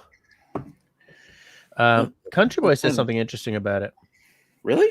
He says it looks like a hunt camp built by non-builders. Well, it could be. I mean, the railing isn't to spec. No, it looks like, I think he's right. It looks like they were sort of throwing it together. Look, we need a place to sleep. Yeah, but yes and no. You don't do board and batten though Yeah. on I mean, like a cheap unless, hunt camp. is there Although, like a faux board and batten that you can buy as boards? Like as, oh yeah, you can like these they fit together. You just nail them yeah, on. Yeah, yeah, you can. But also, you notice that the side of the cabin doesn't have the board and batten. yeah. You know what this reminds me of? And it's purely because of what Country Boy said. So the hunt camp that I used to stay at was a roulotte. What's a roulotte? You A pull it, you yurt, camp in it, wheels. a tent, oh, a camper. A camper trailer. It was a camper trailer. Yeah. Okay, sitting in the woods, wheels off on blocks, with essentially a plywood shack built onto it. Okay, drafty in the winter. Windows come from Goodwill or something. This kind of reminds me of that, like, because everything that went into our hunt camp was just like leftovers from construction sites that the guys worked at, or they found a good deal on this window at Habitat for Humanity or something. Yeah. This place here kind of reminds me of that. I'm just looking closer at, like, it looks like the windows are not perfectly equal, like level. Hold on. Country Boy says we might be digging just too deep into this. Country Boy says, I've only been building a ship for 35 years. Just to guess, this looks like leftovers. Yeah, which is what I was saying too. Country Boy, just as an aside, one of my favorite jobs of all time was doing construction in North Vancouver. Well, we did some in West Van as well. Is that real? Oh, yeah. Okay. I don't know. Actually, is that real? It doesn't look like it. I think that's AI. Unfortunately. Yeah, I mean, look at this stupid chimney on it. Yeah, the industrial smokestack. Whatever that is. But, I mean... A cabin with a cigar sticking at the top. It's a beautiful scene. Right? Yeah. There's something about the spacing out of the trees. Well, no, maybe that makes sense. The dock looks weird. Yeah, I think I want it to be real. Yeah, right. You know what I'm saying? Like, I want it to look real. Yeah. I want it to be real. Yeah. Country Boy says it's AI. Look at the trees. Yeah, the tree right next to the. I'm pointing at the screen because, of course, you guys are going to know what I'm talking about. The tree just behind the cabin and up the hill just a little bit looks, not that one. Yeah, that looks kind of weird to me. Yeah, like it looks like snow-covered dongs, actually, which is weirding me out. It's weird that you went there, but yeah, no, it's fine. Maybe that's the love shack. The love shack, baby, love. All right. We're moving right along. Oh, holy crap! So this is Heidi's house. Can you imagine, like, some of these countries, this is the view. I can't imagine waking up to this view. Like, even if you lived in the town down there, and you wake up to that every day, like, that's crazy. Amazing. Yep. I wonder what that cabin is. This one, it looks like a barn. Yeah, it looks like a barn. Crumbs, if that's the barn, can you imagine what the house must look like?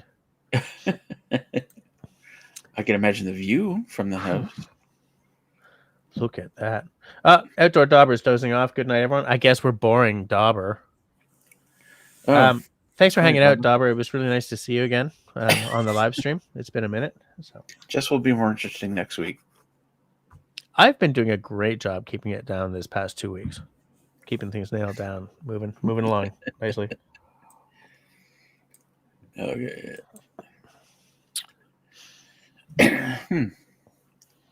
Why did I include this one? Because I would love to sit on that balcony for like a whole afternoon.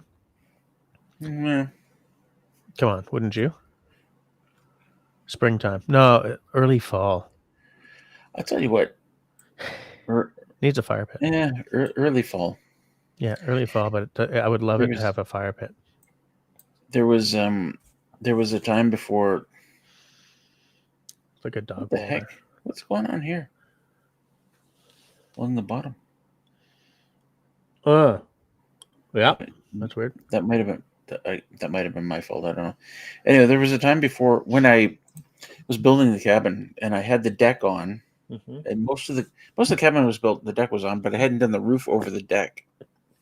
So I would go out, after a hard day, I'd have my dinner, and then I'd go out and sit in one of those chairs that kind of you can lie right. It was a gravity chair, so you could lie right back. Oh, yeah. Horizontal. And I'd stare straight up, and there's stars and beautiful sky, and there's no light pollution anywhere around here, and just have a couple of beers and oh yeah. Being gently devoured by mosquitoes. No. It was early fall. September when I was building the roof or the deck.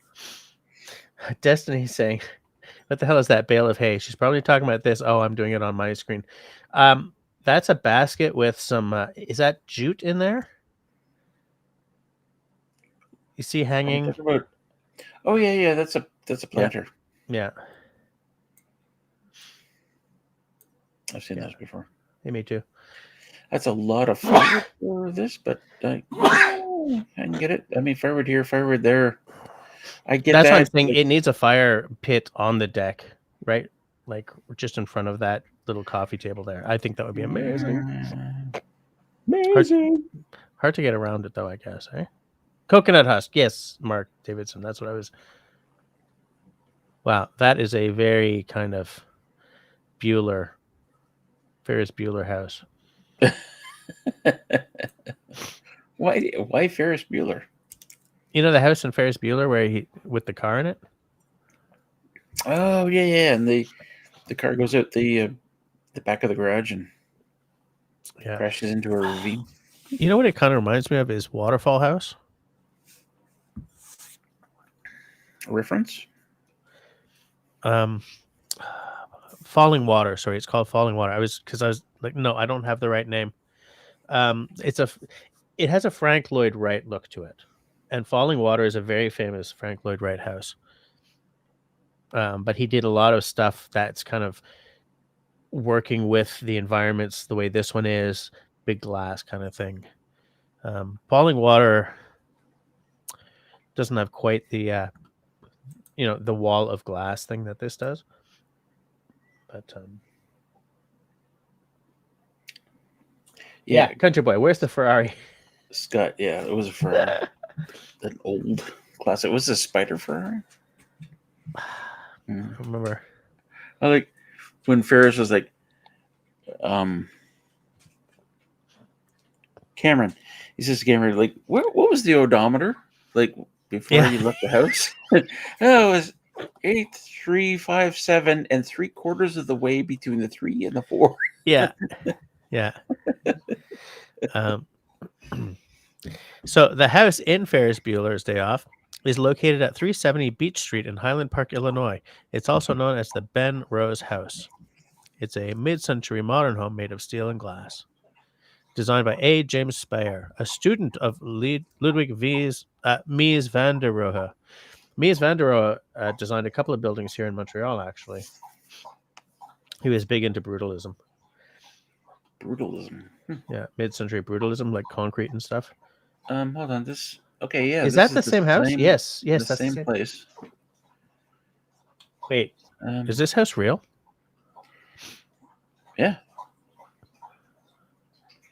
That seems to be water out there, which is kind of cool. But like, look at that wall on the left. Is that?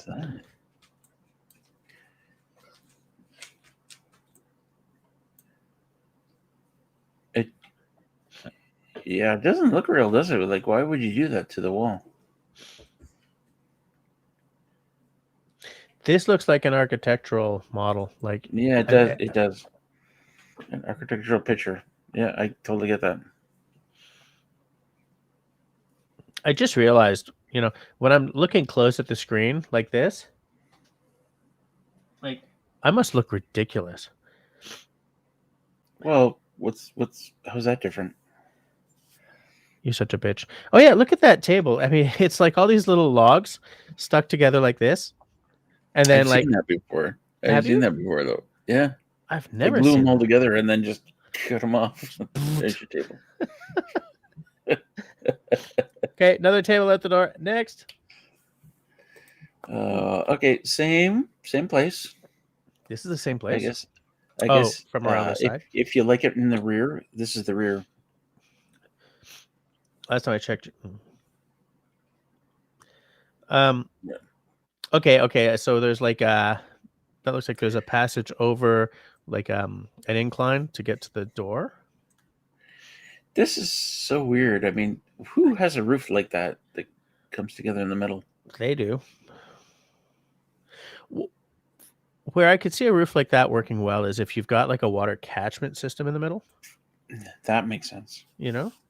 But that makes sense.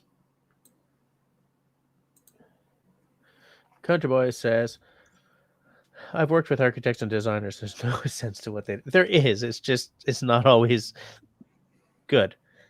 Oh, that looks lovely. That looks really nice. It even got like a little doghouse or some damn thing there. Weird doghouse. Yeah, I don't know if it's really a doghouse. Maybe it's I don't know, but that looks lovely. Definitely the boreal. Oh, I would love Christmas time in that cabin. Right? Billowy snow outside. Eggnog inside. Whiskey inside. Fireball? Eggnog and Fireball. We've had this conversation before, I believe. It's a drink. What? Hey, there's actually somebody in this picture. Is this the first time we've actually had somebody in one of the pictures we're talking about? Yeah, I really like that house. I'd like to see it from the front. I can't wait to get back to the city. Really? Sucks. Oh, he's like, oh God, I'm so tired of this beautiful. Jesus. Look at that lake. Is that water out there? I don't need to see that much water. There's a tree. There's probably fish in there, and they're scary. They might bite me. There's another tree. Oh, another tree. I want to go to a bar.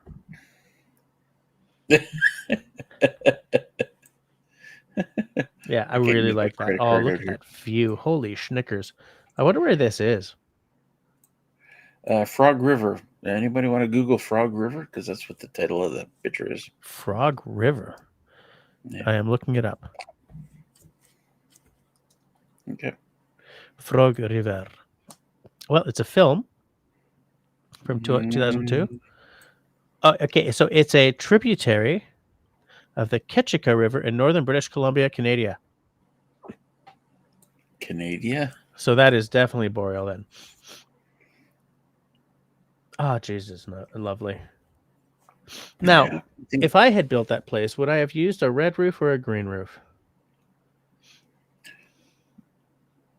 Does it matter? No, but I did go to art school. Okay. And? Mark Davidson says, if you gave it to me, I would accept it, but I don't love it. I think he's talking about the previous place. Mm-hmm. Yes, because he says this one is much better. Absolutely. Yeah, that's nice. And Country Boy is like Northern BC. Christy says green for me. I think I would do green as well. No. Mark also says green. Look, Christy, Mark, Jesse. Settled. Green, because everything there is green. Like everything in the wilderness is green. Okay. So you think that the red is more of a focal point, sort of stands out against the... It's a juxtaposition. It's just better. Green trees, red roof, Christmas colors. So what I said earlier about wanting to be there at Christmas, totally legit. Legit. Legit. Wow, is that real? Of course, it's real. The Rock. The Rock. So it's what, Newfoundland? Just kidding. That is lovely. Mm-hmm. It's a cool place. You should go there. So what I'm getting from this place with the stairs going into the water, but it's really shallow, is that easy access during low tide, wet feet during high tide. Yeah, it looks like maybe you could walk across there from whatever the mainland is. Yeah, like a little causeway or something. But the house itself has like a kind of an Irish, you know, with the thatched roofs. Like, you know, oh, here I am in County Clare, living in my nice little thatched roof house. Sitting there next to the fire, drinking a good whiskey, writing up the next great Irish novel. That was really well done, Jess. I'm impressed. Thanks. I'll get you to write my memoirs if you can write it like that. Yeah, all I have to do is, you know, bloody fuck, that's lovely. Like, look at that tree next to it. I gotta think this is just a little shop, like they're Oh, just yeah, selling trinkets in there. So you cross the causeway, making sure you get it at like low tide. You walk in, you climb up the stairs. It's like, I don't believe I made it. You walked in. Welcome to my tea house. There's like little shot glasses with the Irish flag on them. Is there an Irish flag? I don't know. No. Okay. Because if that was Anyway. really off the coast of Ireland, it would be being battered by huge waves. Oh, is that inside? No, this is something different. Yeah, that is different because that's okay. I thought those were ski poles in the corner, but that's just a tripod. I think this is a series of pictures. Yeah, it is. And there's something I don't like about this cabin. I don't know why the pictures are showing up in this order. I think we get to see the outside eventually, but this speaks to me of like it's a rental because I don't know. There's something very ugly. Yeah, I get what you're saying. The bare beds, the kind of pristine-ish floor that kind of looks like. Oh, hold on. I think I see Beto. Beto. Hi, Beto. Hey, How are you Beto. doing? I like the floor. There's Country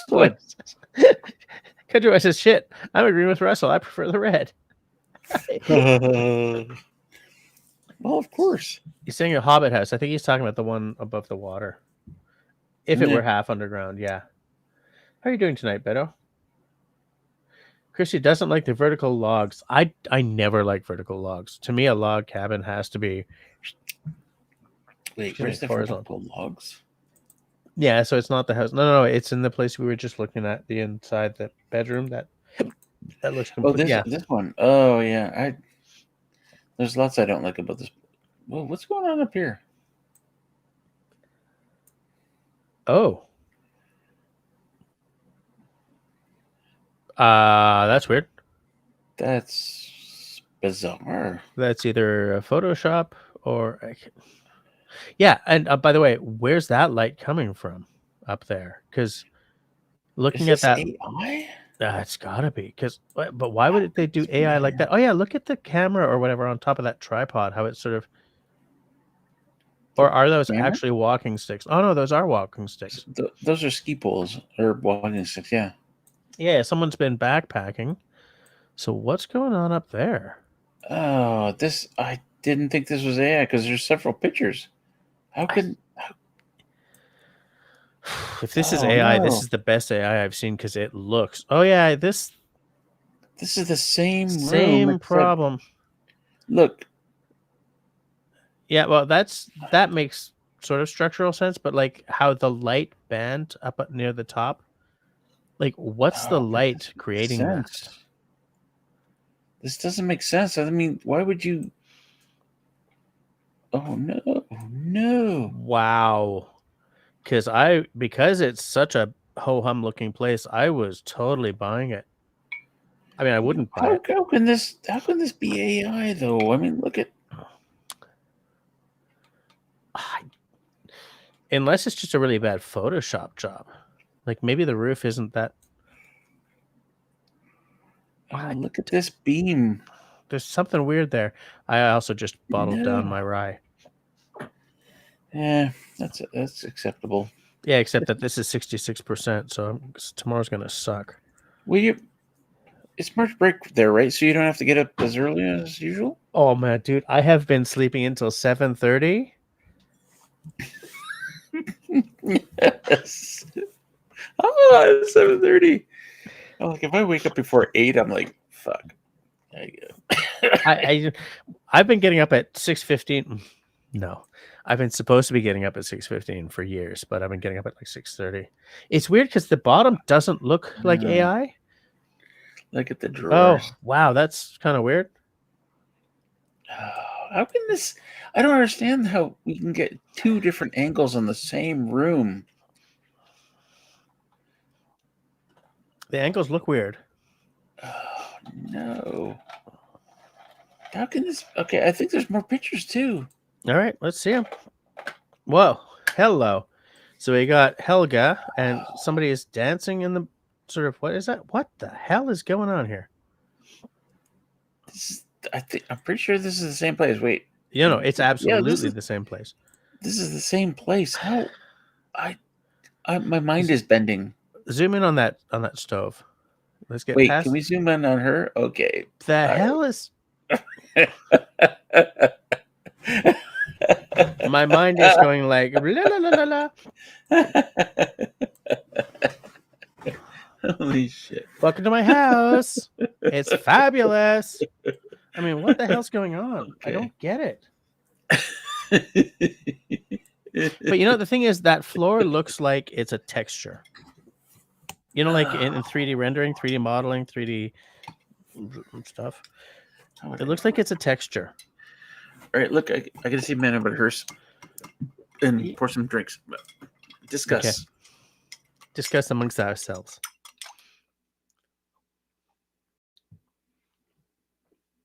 Country Boy says 7:30. Jeebus, I've been out working all right for, you know, Country Boy. When I was working construction, yeah, we were out a lot earlier, and I usually.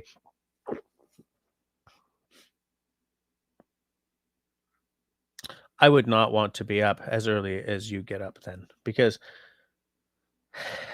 I don't. I live in this weird position where, in this weird sort of sandwich state, where I don't like being up before the sun. In the summer where the sun comes up early or whatever, I'm fine getting up with it as long as there's a sliver of light in the sky.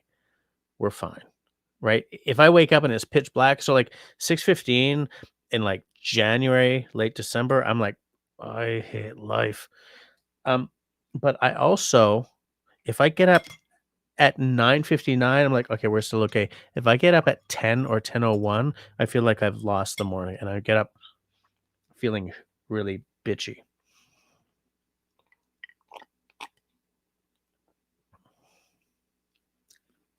That is a lot of rye. But yeah, well, like when my dad and I, so my first job, I did it for 5 summers in a row, was construction out in Vancouver. And we used to get up early. And, you know, my dad would make his coffee. I'd make my thermos of tea, get our lunch ready, and get out the door like early.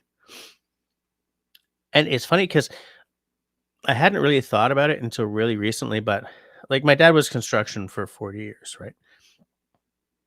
And one of my earliest memories, and I'm someone who has virtually no memories of his childhood or teenagehood for that matter, not through any substance, but whatever. A very early memory of mine was of waking up when I was tiny. And I knew it was very early because the house was still pitch black. And I looked down the hallway, and at this place, this was in Manitoba when we still lived in Saint Boniface.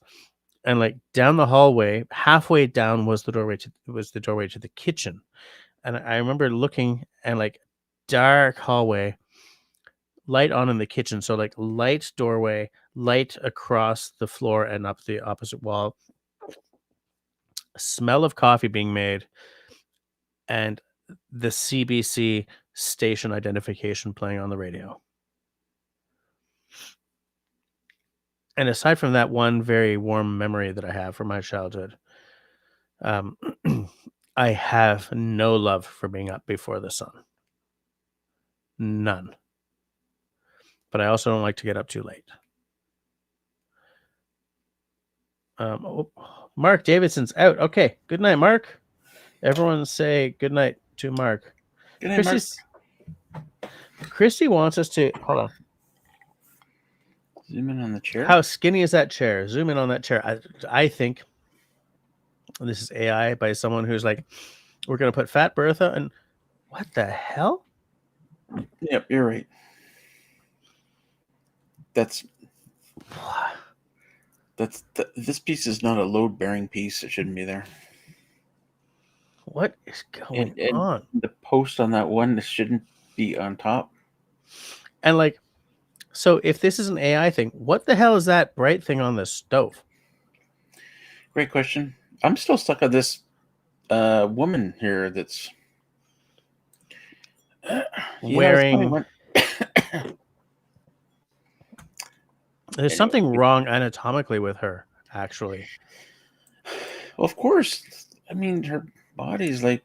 It's like, hi, I'm the head of the human centipede, which is under the table. Oh, no. That's really not where I should have gone tonight. Don't go there. Yeah, we're moving right along. Next camera. Next cabin. The weird thing is, this is a series of pictures. So I obviously got this from somewhere like an Airbnb site or something like that because... But look at that doorway. Oh. You want to look at the doorway? Like, not that one. That one. I don't know. This cabin's pissing me off. This cabin is pissing me off because that looks like that's the bedroom. That's that room. Yeah, for sure.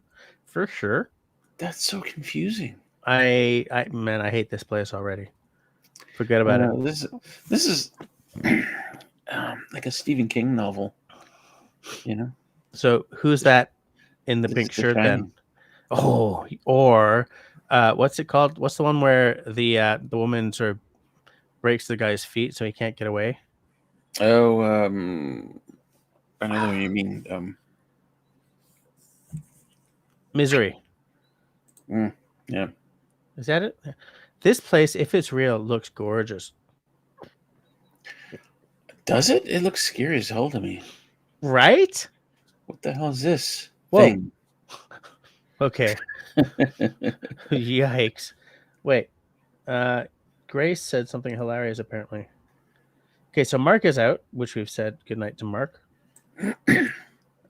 Grace says, maybe you're supposed to sit on that chair like you'd sit on a horse. Jesus Christ.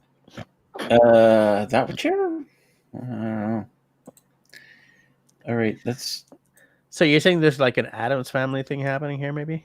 Oh, absolutely. There's no way that you're not meeting the from Psycho? Fester. Okay. I was going to Addams Family because it's still kind of fun. I was going to say, to those who are watching, Mother, what have you done? In terms of best theme songs, would you go for Addams Family or the Munsters? Okay. You're very thinly veiled there. I see right through you, Jess. Because you like one of the theme songs, way better than the other one. So I think I prefer the Munsters. What? Yeah, we've had this conversation before. Have we? You don't think you prefer one. You love one over the other. Do I? Okay, sing the Munsters.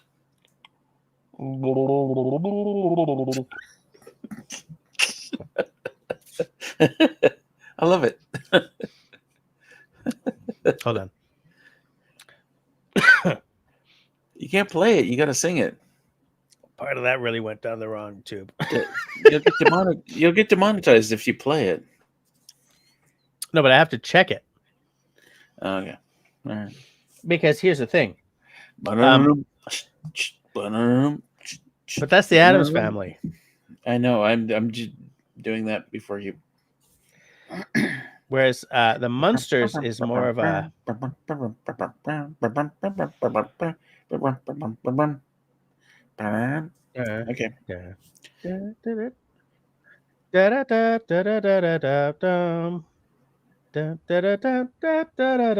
I think I like the Munsters more because I have a soft spot for surf rock, and it kind of has that same thing happening.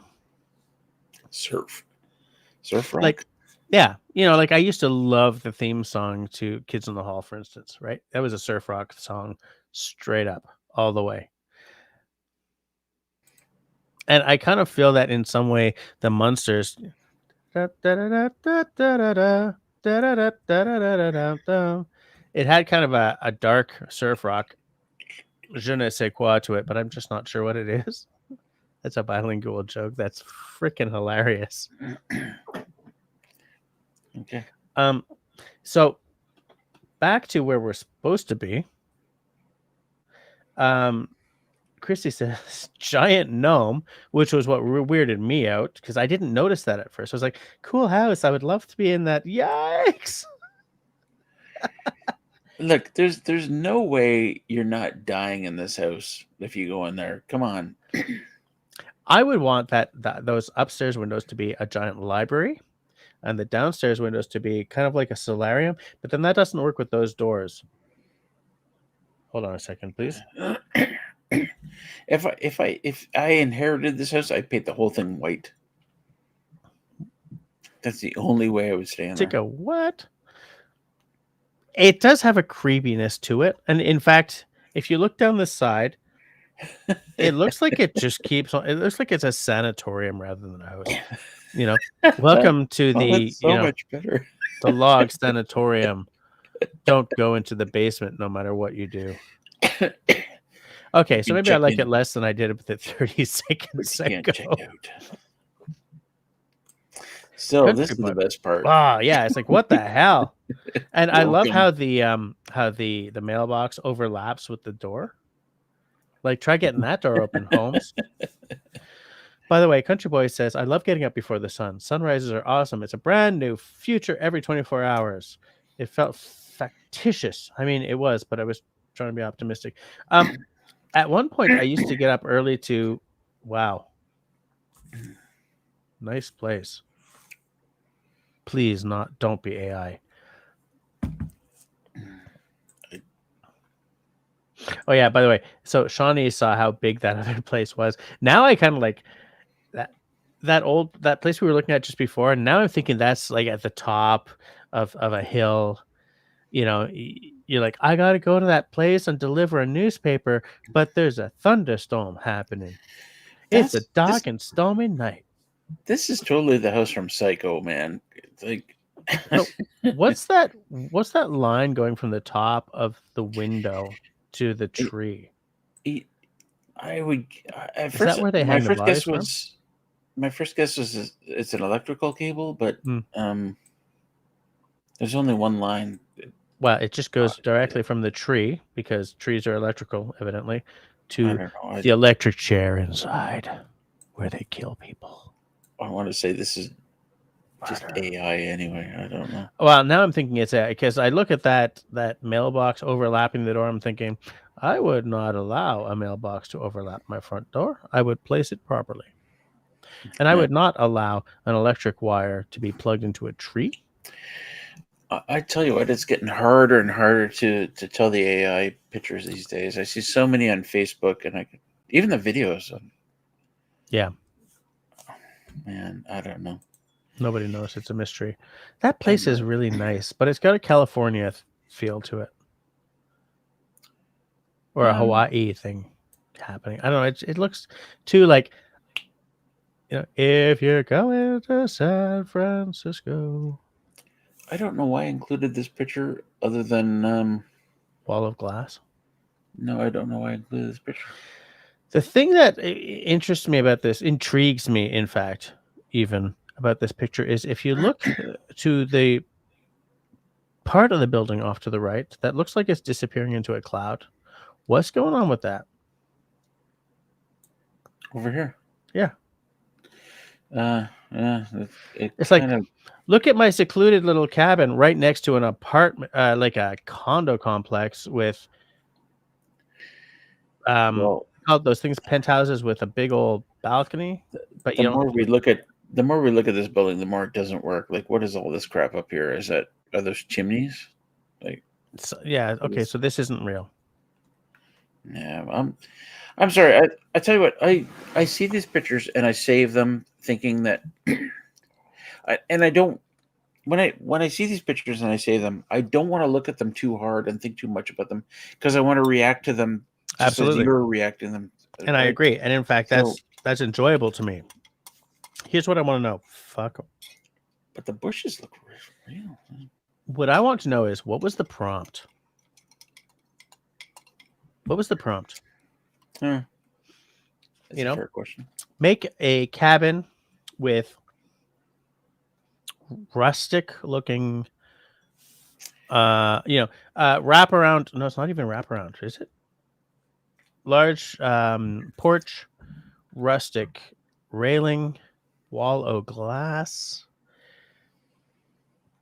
chunk of condo complex disappearing into a cloud, surrounded by bucolic plants. My experience with AI pictures is somebody just said a small house on a hill, Mm-hmm. And AI did. By the way, folks, hold on.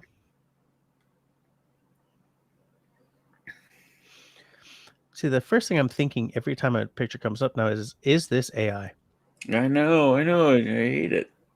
Okay, but interesting question to everyone watching. Does it matter? Like, I prefer looking at a real cabin, but does it really matter? Like, if someone says bucolic cabin and the cabin pictured is something redonkulous, does that say something? Because generative AI, first of all, is washed. It's over. Okay. ChatGPT spent $9 billion to lose $5 billion last year. Okay. So there's no future here. More importantly, like, for instance, look at those books above the windows. Right? Yeah. So when someone says, okay, build me a bucolic cabin that is not quite finished inside and has a weird kind of light with a mirror thing in the upper corner next to a bunch of books that for some crazy reason are above a bunch of windows, 2 weird lights. That's really a shame. Like, it's really a shame that, because this. But isn't it kind of? Oh, hold on. Right after Shawnee said that other scary ass place was huge, Country Boy said, "Paint it white, I'd burn it to the ground with all the evil spirits." Yeah, it does have a poltergeist kind of feel to it as well. Absolutely. Yeah, you walk in there and there's some poor little kid in a bowl cut saying, "Rad rum." No. I was thinking, well, they moved the tombstones, but not the grave. God. I have to sleep tonight, for fuck's sake. Oh, that doesn't matter. We're after this poltergeist for you. No, the more I look at this, the more I'm disturbed. Like, what is this? It looks like hieroglyphs or like ghosts. Ghosts like nailed to the wall. Oh, you're an evil spirit? Fuck you. Bam, right onto the wall. How about this? There's a support on the inside, but it's on the outside.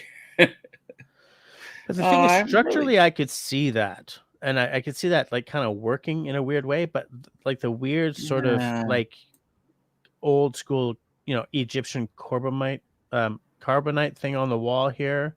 Like, what? Notabot saying, "Oh, what's up, guys? How's it going, Notabot? You're here. You're here at a great time because we were supposed to end like 18 minutes ago. But we're looking at cabins. It's March break, so we're good. What is that? Chrissy said, "Yeah, an Anyway, Amityville feel absolutely." Like, because I really want to think about that movie right now at 11 p.m. I am absolutely certain I saw this picture and I thought, oh, this is real. Of course, this is real. Let's save it. But here's the thing: many parts of it look real. Some parts of it do not. It has a very real feel to it. Like the little kitchen here with the pots and pans and crap and the glasses and circular sink, very tiny cooktop. Yeah, I totally got that too. Like, I'm looking closer, and it just makes me look ridiculous on screen. Like everything. Basket of books next to the fireplace. Kindling. Oh my God, they're burning books. It's kindling. What are you talking about? That's not books. Books can't be kindling. Okay, we're moving on. Yeah, to another AI picture. Same place. It's an AI picture in the same place. Though I do like this picture a lot more. Look at that bed. Holy crap. Oh, look. Oh, the roof. The roof is on fire. It's this place. It is that place. Wow. See, this really disturbs me that I can find a series of pictures that are all AI. Why? Why are you doing this to me? Do you think that maybe this is an architectural rendering? What? Whoa. Nope, not an architectural rendering. Not with that there. Oh, that's so... I hate everything right now. I also hate everything on the general. So you know what is going on? It's not an architectural rendering. This is somebody designing what they sort of see as their dream cabin, right? I want books way higher than I can reach them. I want a nice kitchen with a round sink. And I want 2 pots that overlap each other. Oh, and I want like a balcony and a great big bed with some weird possible storage. I want a chair that I can't sit in because it's weird. Because it's like all messed up completely. And there's a nice carpet here, but a thing here. There's a what? What the hell is that? And by the way, the storage under the bed looks like I made my bed out of old advertising panels. It almost works. Like it's almost like, yeah, I did use reclaimed lumber, except I reclaimed my AI crap. I love what Country Boy says. AI fucks everything good in life. Seriously, guys. I've been listening a lot to a podcast by this dude named Ed Zitron lately. It's called Better Offline, and he's just done a lot about how the whole AI thing is completely washed. It's completely and he doesn't. It's not the typical bitching and complaining about AI like I do, but like generative AI is like it's a buzz thing and it sucks. But he goes into like the finances behind it. Like I said earlier about how AI spent 9 billion and lost 5 billion last year. How every like query that's made to most of these costs more than they make and all this stuff. And it's if you're someone like me who wants AI to just go the hell away, it's very interesting to listen to. If you're someone who is really into AI, it's still really interesting to listen to. His name is Ed Zitron, and his podcast is Better Offline. AI isn't going anywhere fast. Country Boy says, "Man, I thought I was jaded, bitter old man. You guys are making me feel like an eternal optimist." Well, you know what? All I have to say about that, Scott, is, to hell with life. Oh, you know, the thing is, the reason why I'm pissed off about what I now think is an AI house is that I would love that view.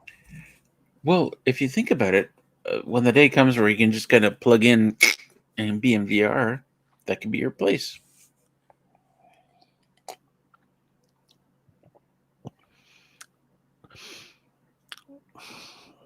Important question. Knowing what you know about me, do you think I want to plug in to see that view, or do you think I want to experience it on the analog?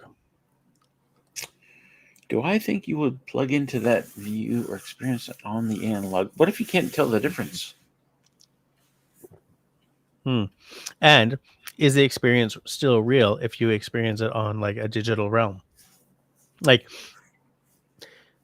is your perception real whether or not the external factors are?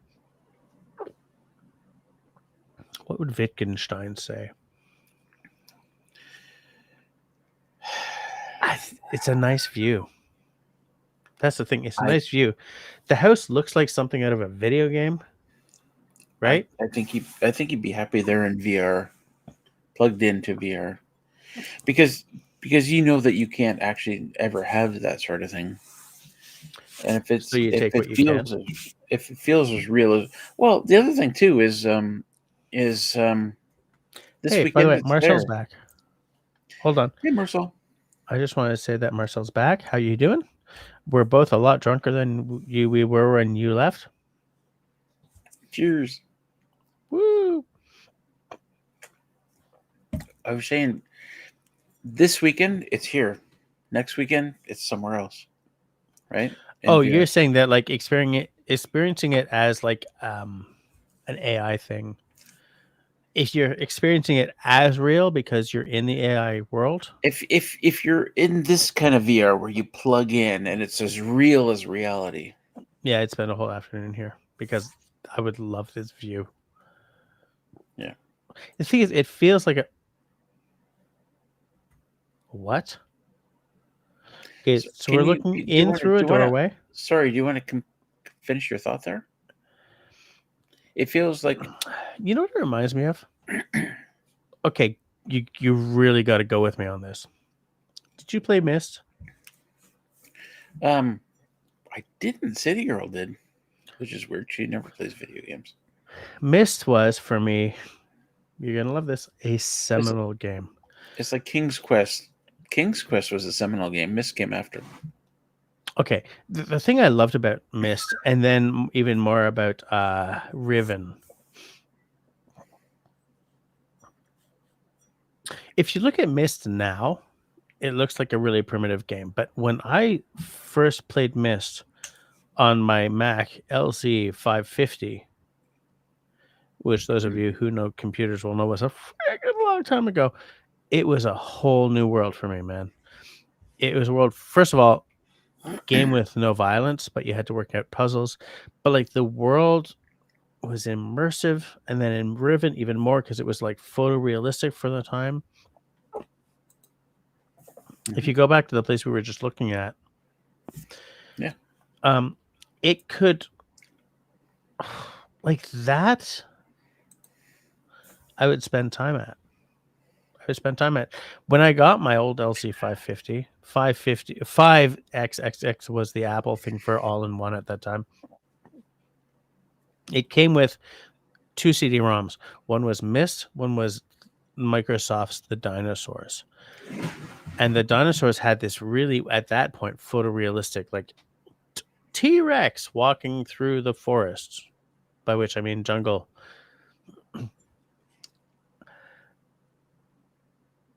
At that point in whatever, I was in early university, so like 94. What was photorealistic back then, it looks stupid now, but at the time, the feeling I got through watching the dinosaur footage, I kind of get from this footage. Like I can see myself staring out and falling for it. I wonder if, like I never played Myst, but this is the sort of thing where you'd sit down at the table and you pick up that bottle of wine and say, what does the label say on this bottle of wine? Right. And then what kind of flowers are these here? So you just sit there and kind of analyze your environment, right? Absolutely. Country Boy says Myst was ethereal. It really opened my eyes to what could happen in games